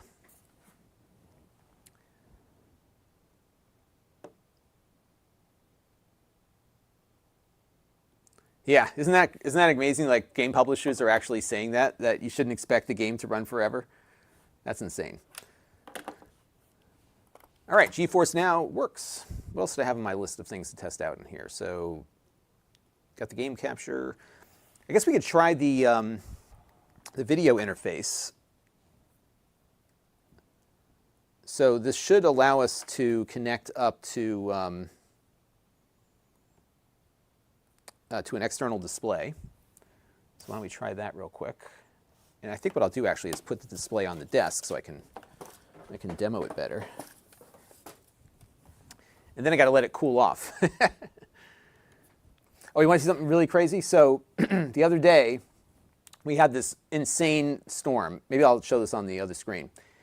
And it was like one of these microbursts, and this wind came down and just blew, like just hardcore blew trees down. So Red Techie, who lives around the corner from me, experienced this also. And this branch was like a harpoon, launched itself towards my home. It missed everything. And even crazier, it went under. So this is the electrical line from one of my air conditioning compressors. It went under it. I don't know how it did that, because it's like, that's just bark. Like, there was nothing got pinched or clipped or whatever. It went under everything. The only thing I noticed is that it did move it a little bit on its pedestal, so I got to call the the HVAC guys to look at it, make sure nothing is damaged and slowly causing problems for me. But we're really lucky. We had some people in town, their homes got hit with trees. This happened all in the course of like 5 minutes. It was crazy. And my daughter and I were out to dinner. We couldn't even get back to our house. We were like, there was no place to go. All right, let me get this plugged in real quick here.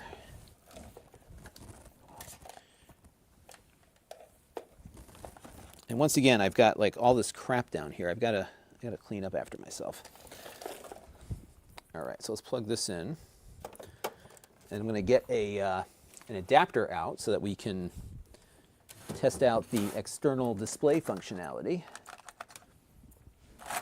So I've got a little USB-C dongle here. You can use a docking station with these things too. But we're just going to test the external video capabilities here. And, well, you know what I'm going to do too? I'm going to install Keynote on this so that we can do a little demo of my presentations that I usually do too. You know, when I did the Mac Mini review, I kind of did a thing about all the things that you can do on your Mac Mini. I might do the same with this. All right, so I got that going. I just need an HDMI cable. One good thing about this mess of a place that I'm in, there's always an HDMI cable nearby.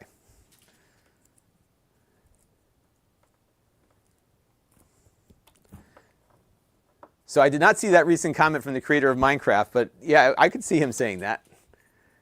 And that dude really made out, didn't he? He got like, did he get like $3 billion or something from Minecraft? I forgot exactly how much he got for it. That was a good investment by Microsoft because that's the gift that keeps on giving for them, right? And people are still playing Minecraft 10 years later.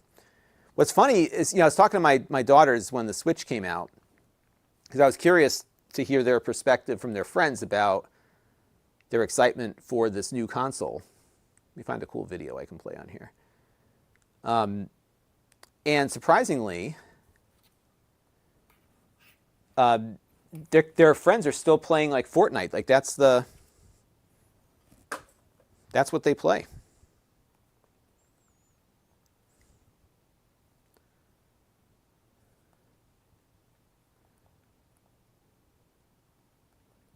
All right, so I'm gonna show you some cool space stuff. Let's see, when was that trip? I'm gonna find my most recent one. I don't want that. I want to search for. I don't want collections. I want to search for. By the way, they did some changes to the Apple photo album, and it's impossible to find anything anymore.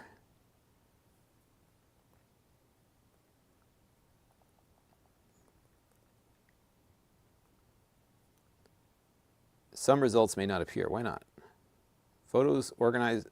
This photos and iPad is locked. Oh, so I can't get access to anything. All right, so let me go back and look at, what year did I get? Was that 2022? 2023, I think is what it was. Time flies. Yeah, okay, so here we go. So let's find some video. I got some videos here. Okay, here we go. You'll all like this one. This is some nerdy stuff. All right, so let me get my camera zoomed out here.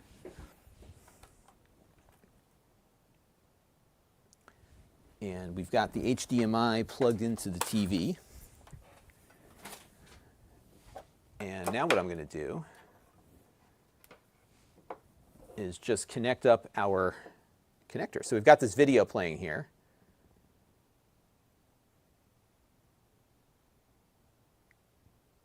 This is a fun trip. This is a trip I did with NASA spaceflight. So now when I connect up the... I got to turn the monitor on. Let's see. Well, I'm pretty sure these support external displays. All these devices do. I'm on the wrong thing. I wonder why. Okay, so HDMI 1. There it is. Now what it should do, let me pop this out and pop it back in again. What it's supposed to do is it's supposed to go full screen when you plug in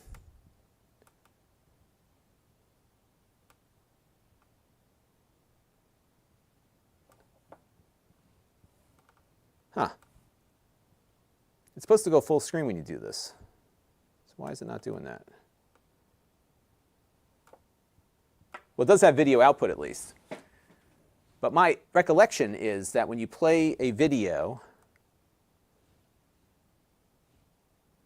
so this was it was actually kind of funny. They let us see this thing close up. This was a secret military mission. And then we saw the SpaceX crew, I think it was Crew 7.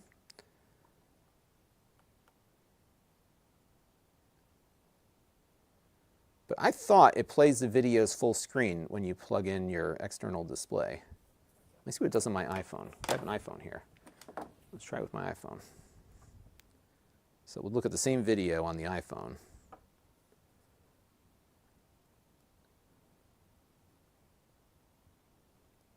All right, so here we go. Here's a video on the iPhone. I'm going to plug my phone in. And it should come up on the display here. It's not doing it on here either. So what am I doing wrong? It used to be when you played the video, it would play out on the display.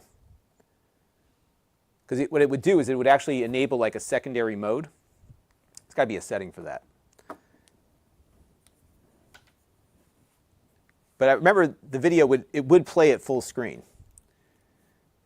So hang on a second. Let's ask my chat buddy here.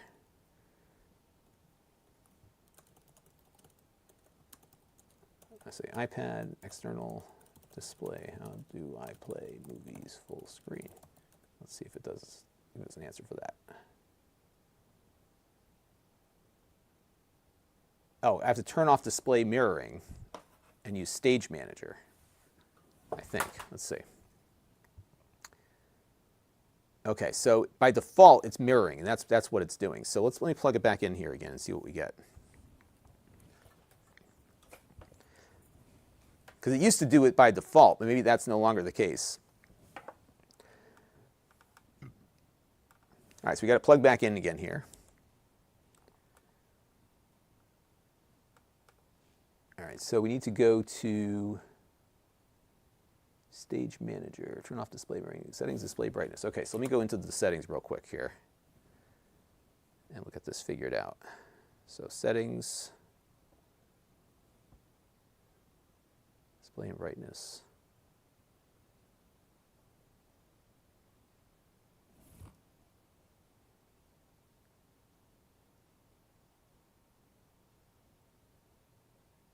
Okay, so display.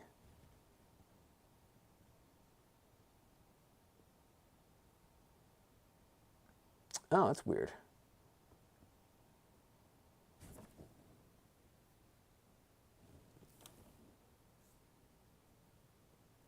Huh. Well, I'm not sure why it's doing it. So it used to be, and I'm not crazy because I know this for a fact, it used to be that when you plugged in an external display and you played a video, it would go full screen on the external display and not mirror any longer. That does not seem to be the case anymore.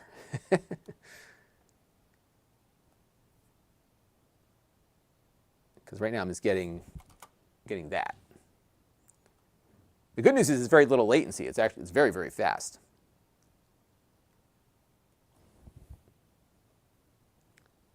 Oh, okay, wait a minute. This might be, oh, maybe not. I don't know.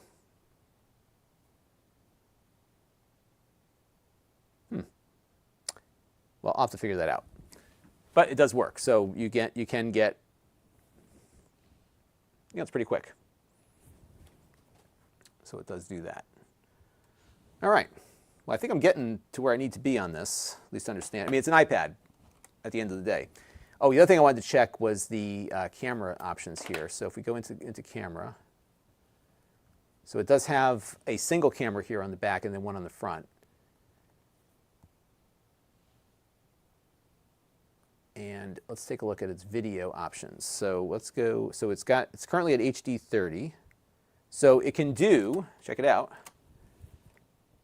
it can do 4K 60 on the back camera. The front camera looks like it maxes at HD 60 on the front. So I may as well do this. Where's the camera? Right there. Let me start that again.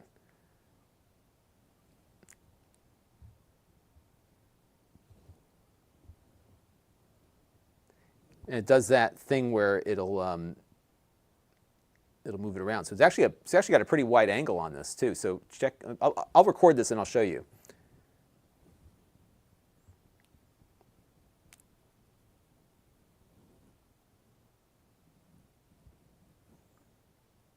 So that's a pretty wide angle. So let me play it back for you. Oops. I'll give you the overhead here. It's actually a very nice wide angle lens on this, but HD only. Then it's got this other zoomed in mode. I think when it's in the zoomed in mode, it follows you. Yeah, so if I move around here, here, I'll put it up this way. If I keep it centered, it will usually follow you around a little bit.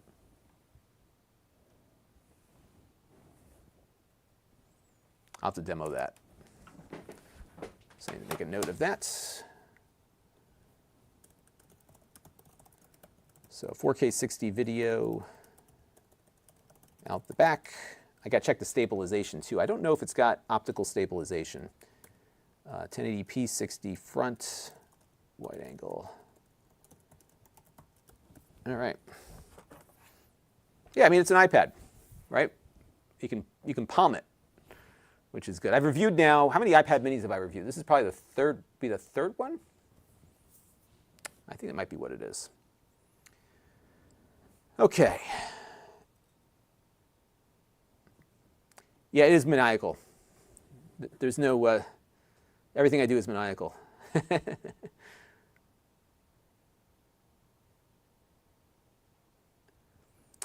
We're going to order the, yeah, that's a good deal on the 11-inch. That's what my kids have, the 11-inch iPads. And I'll tell you what, for that price, that's a really good deal. I think it's a solid computer for that rate, for that price.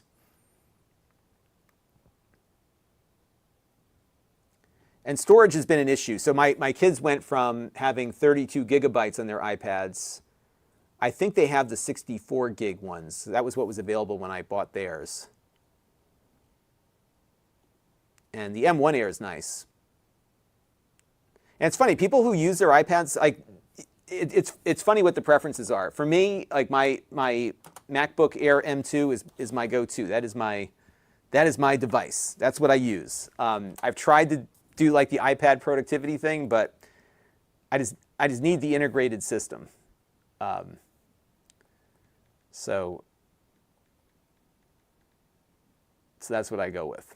But yeah, it's good stuff. Oh, you want something cool? Go to, if you like old classic Macs, there is a great website. What is it called now? Hang on, let me look it up. Infinite Mac, infinitemac.org. I can actually load it up on here. Let's do that real quick. It's kind of neat. You want to go back to system. Oops, I just dropped my iPad. You want to go back to System 7. So here, let's do this real quick. We'll go into the browser, and we'll go infinitemac.org. Okay, check this out. You watching?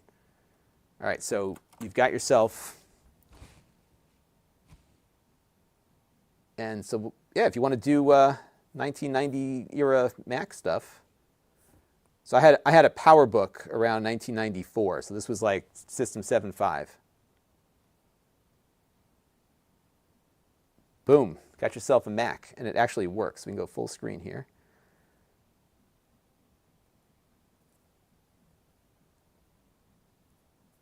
A little Photoshop. This is actually emulating in the browser. Isn't that cool? I don't know where my menu went. There's no menu bar. There it is. Maybe not the best idea on this little screen, but if you had a mouse attached, it would work with that.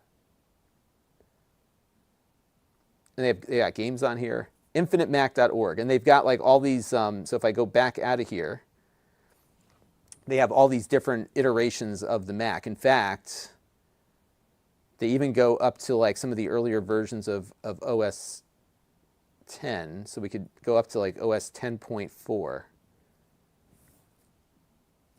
Let's see if it can load up. So this is going to load up Mac OS 10.4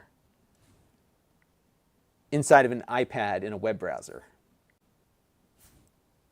Now, granted, this OS is 20 years old, but it works. It's going to be very slow.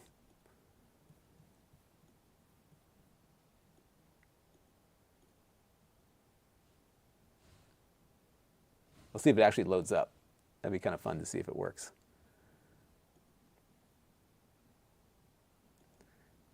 Yeah, I drop stuff all the time, but I just never show it. And you were using Snow Leopard. Snow Leopard was really good. I think that was probably one of the best upgrades. It was so, it was kind of under the radar because it was more of an optimization upgrade, but my Macs ran so much better with Snow Leopard when that came out. Yeah, this one's taxing our little browser quite a bit. But you know what's funny about this iPad? So versus the other one, this one has 8 gigabytes of RAM versus 4 on the previous model. So you have a lot more RAM on this one.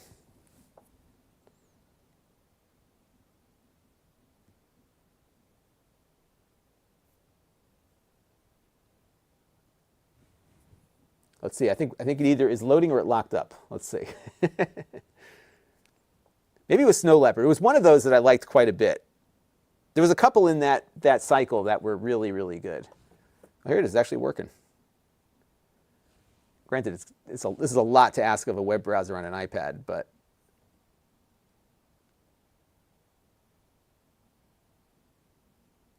let's see if we get the screen up here. I'm just curious.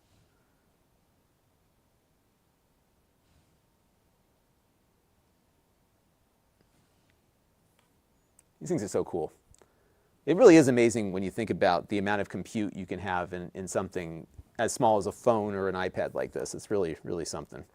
We were talking when we started that these are a lot like kind of the same form factor and look of the data pads on Star Trek: The Next Generation that they would use.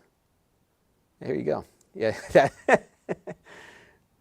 I think that the taskbar down there is usually a little quicker to load. It's not bad, all things considered, right? Let's bring it over here. This is very tedious. Now you could hook up a mouse with this, which I do have a mouse nearby. I could probably try that.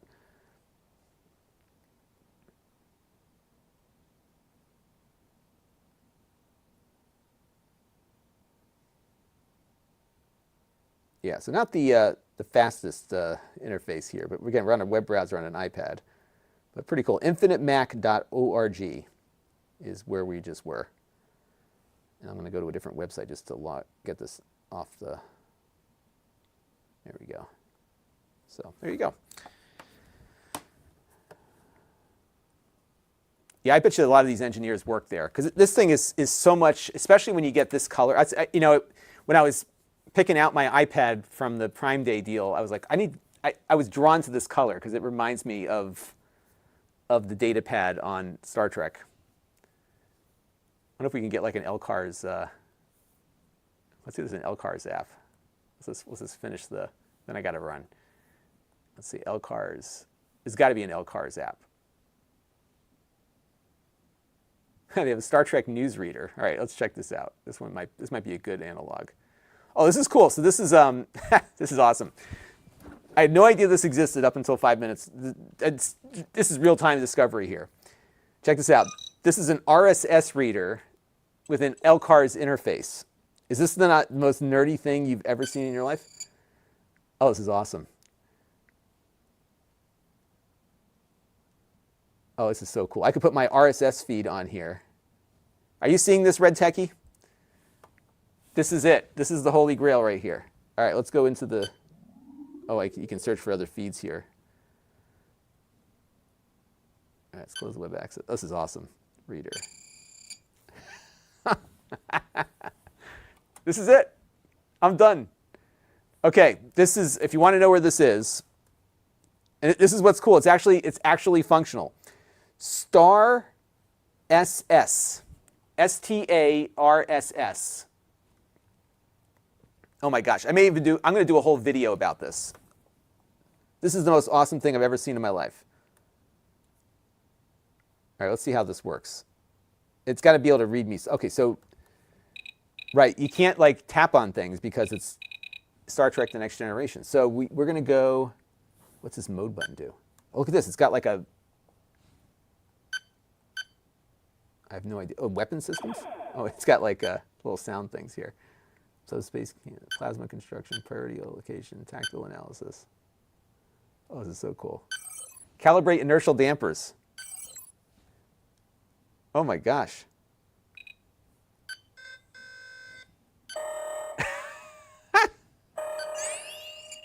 Oh, this is so cool. All right, so let's see how the articles work on this. So let's find an article that I can read here. Okay, so Belkin ending support for Wemo smart. Really? Wemo's going out the window? Okay, so now it does like a description, like a summary, but you can't go into the article itself. How does that work?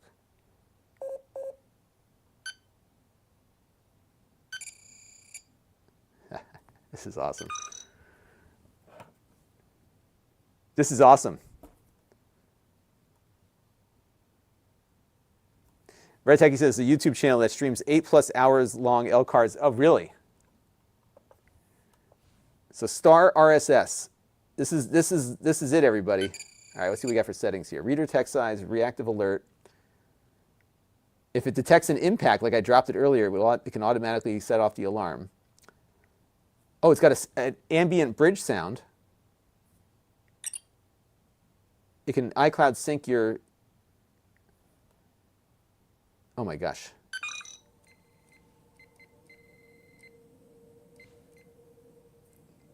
This is like, I am not going to leave. I don't ever need another app ever again.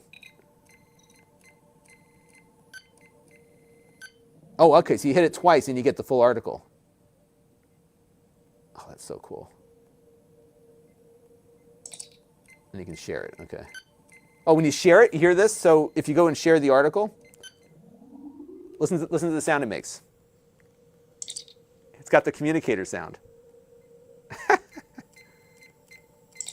That is so cool. All right, so I think I found the video I'm going to do this weekend. I can actually bang this out really quick.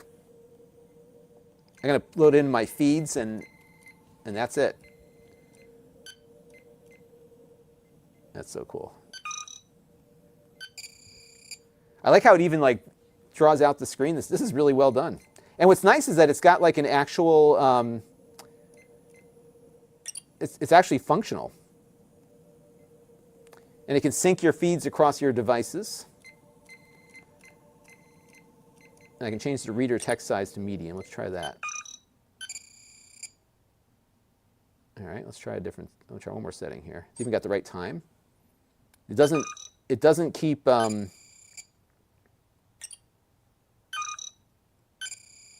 text size doesn't seem to change at all. Let me try a different article.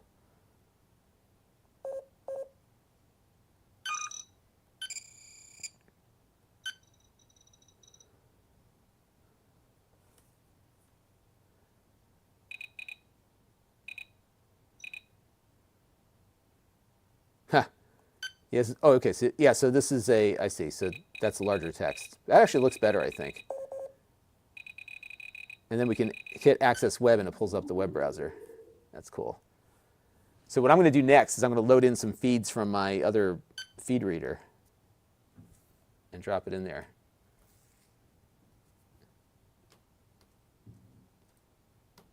Yep, I'm done. Luckily, my wife's not here. My daughter's upstairs. And I think I'm supposed to be cooking dinner in a few minutes because we have like a thing to go to tonight. Oh man, I just want to play with this all night. Okay, so there you go. So I think get yourself your iPad mini, and now you've got your Star Trek The Next Generation stuff here. Let's go terminate that. Yeah, there you go. Look at that, even the thing moves. This is it. All right, so now we have found our app of the week. And Snuggles the Husky in the chat. It's like, yeah, I got to get this because now you've got it. Like now it's no longer like inspired by the Elcar's pad. This is an actual. I can hand these things off to people. I wish I had people here working for me. I could just give this to them. Because like Captain Picard would be handed his thing. Let me go back to the settings here. I'm going to leave this on my iPad all the time.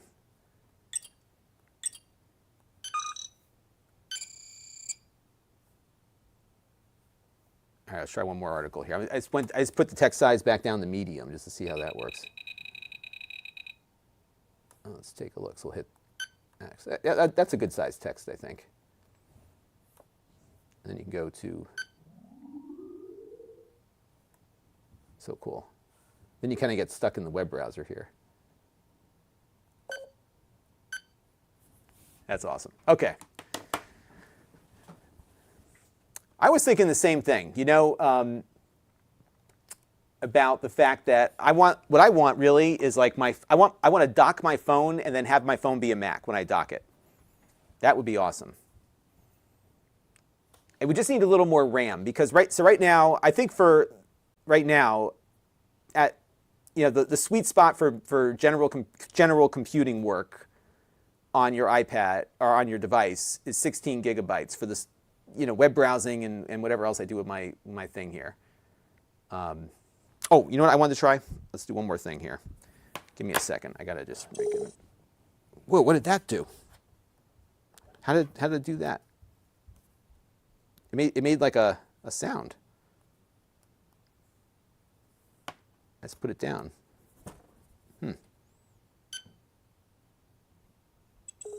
Oh, okay, that's the refresh.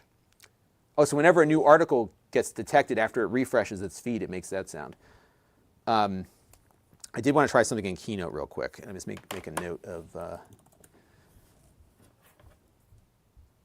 right, so let me go over to I might be able to bang this out for Saturday's video too. Okay, so let's go to Keynote. Now, I think on Keynote, if I have this plugged in, let's see what we get. So we've got my display up here. And we're going to pull up one of my weekly wrap. So whenever I do my show where when I have slides, I use Keynote for everything.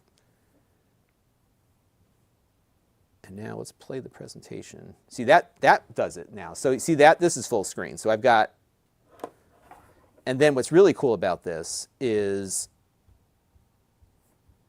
you get this presenter view. So for example, I can have it show me the next slide. Isn't this neat? And then I can do the presenter notes if I wanted to. So when you're up presenting, this doesn't have any notes on it, but if I had notes on this slide, let's put some notes in real quick. So we'll go over here and then we'll say edit. I think there's an option for notes somewhere. Her slideshow settings, let's see. I'm not used to using, I'd use this on the Mac all the time, so I don't really know what I'm doing here. There should be an option for notes somewhere.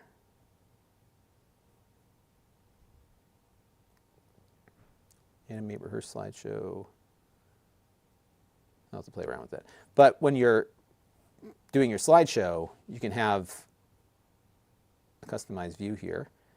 And then I can use this thing. If I hit this, oops, what does that do?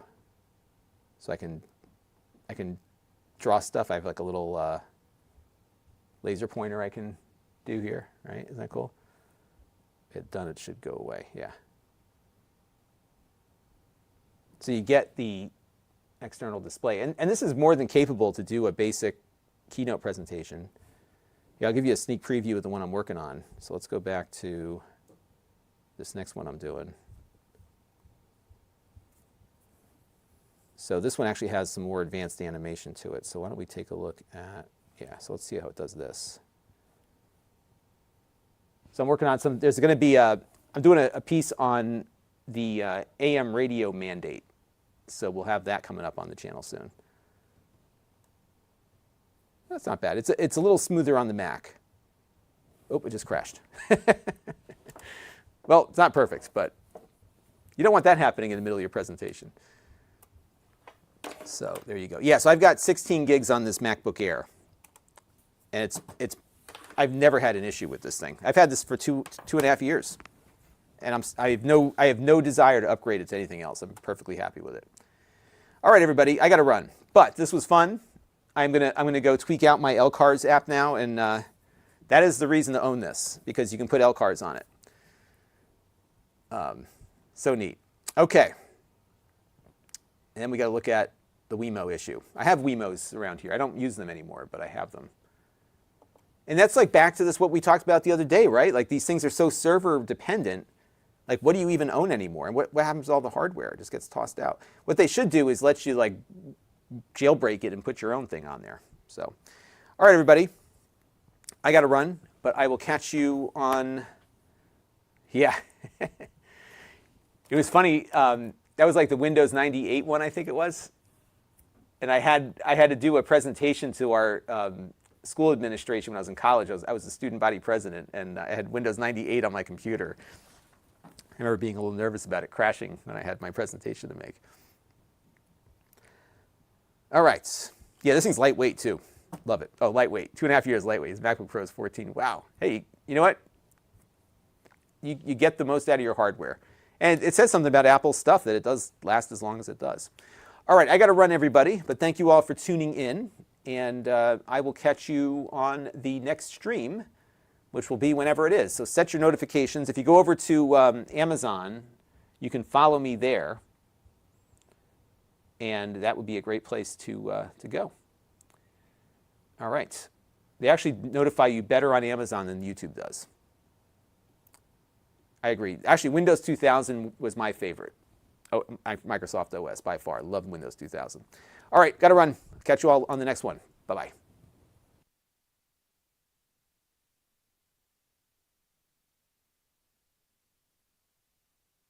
Oh, and I neglected to thank Gaby for the super sticker. I didn't see that come through on my other app. So I will need to see if I can get in touch with Gaby to thank them personally for that. That was very nice. All right, everybody, I'll catch you on the next one. Bye-bye.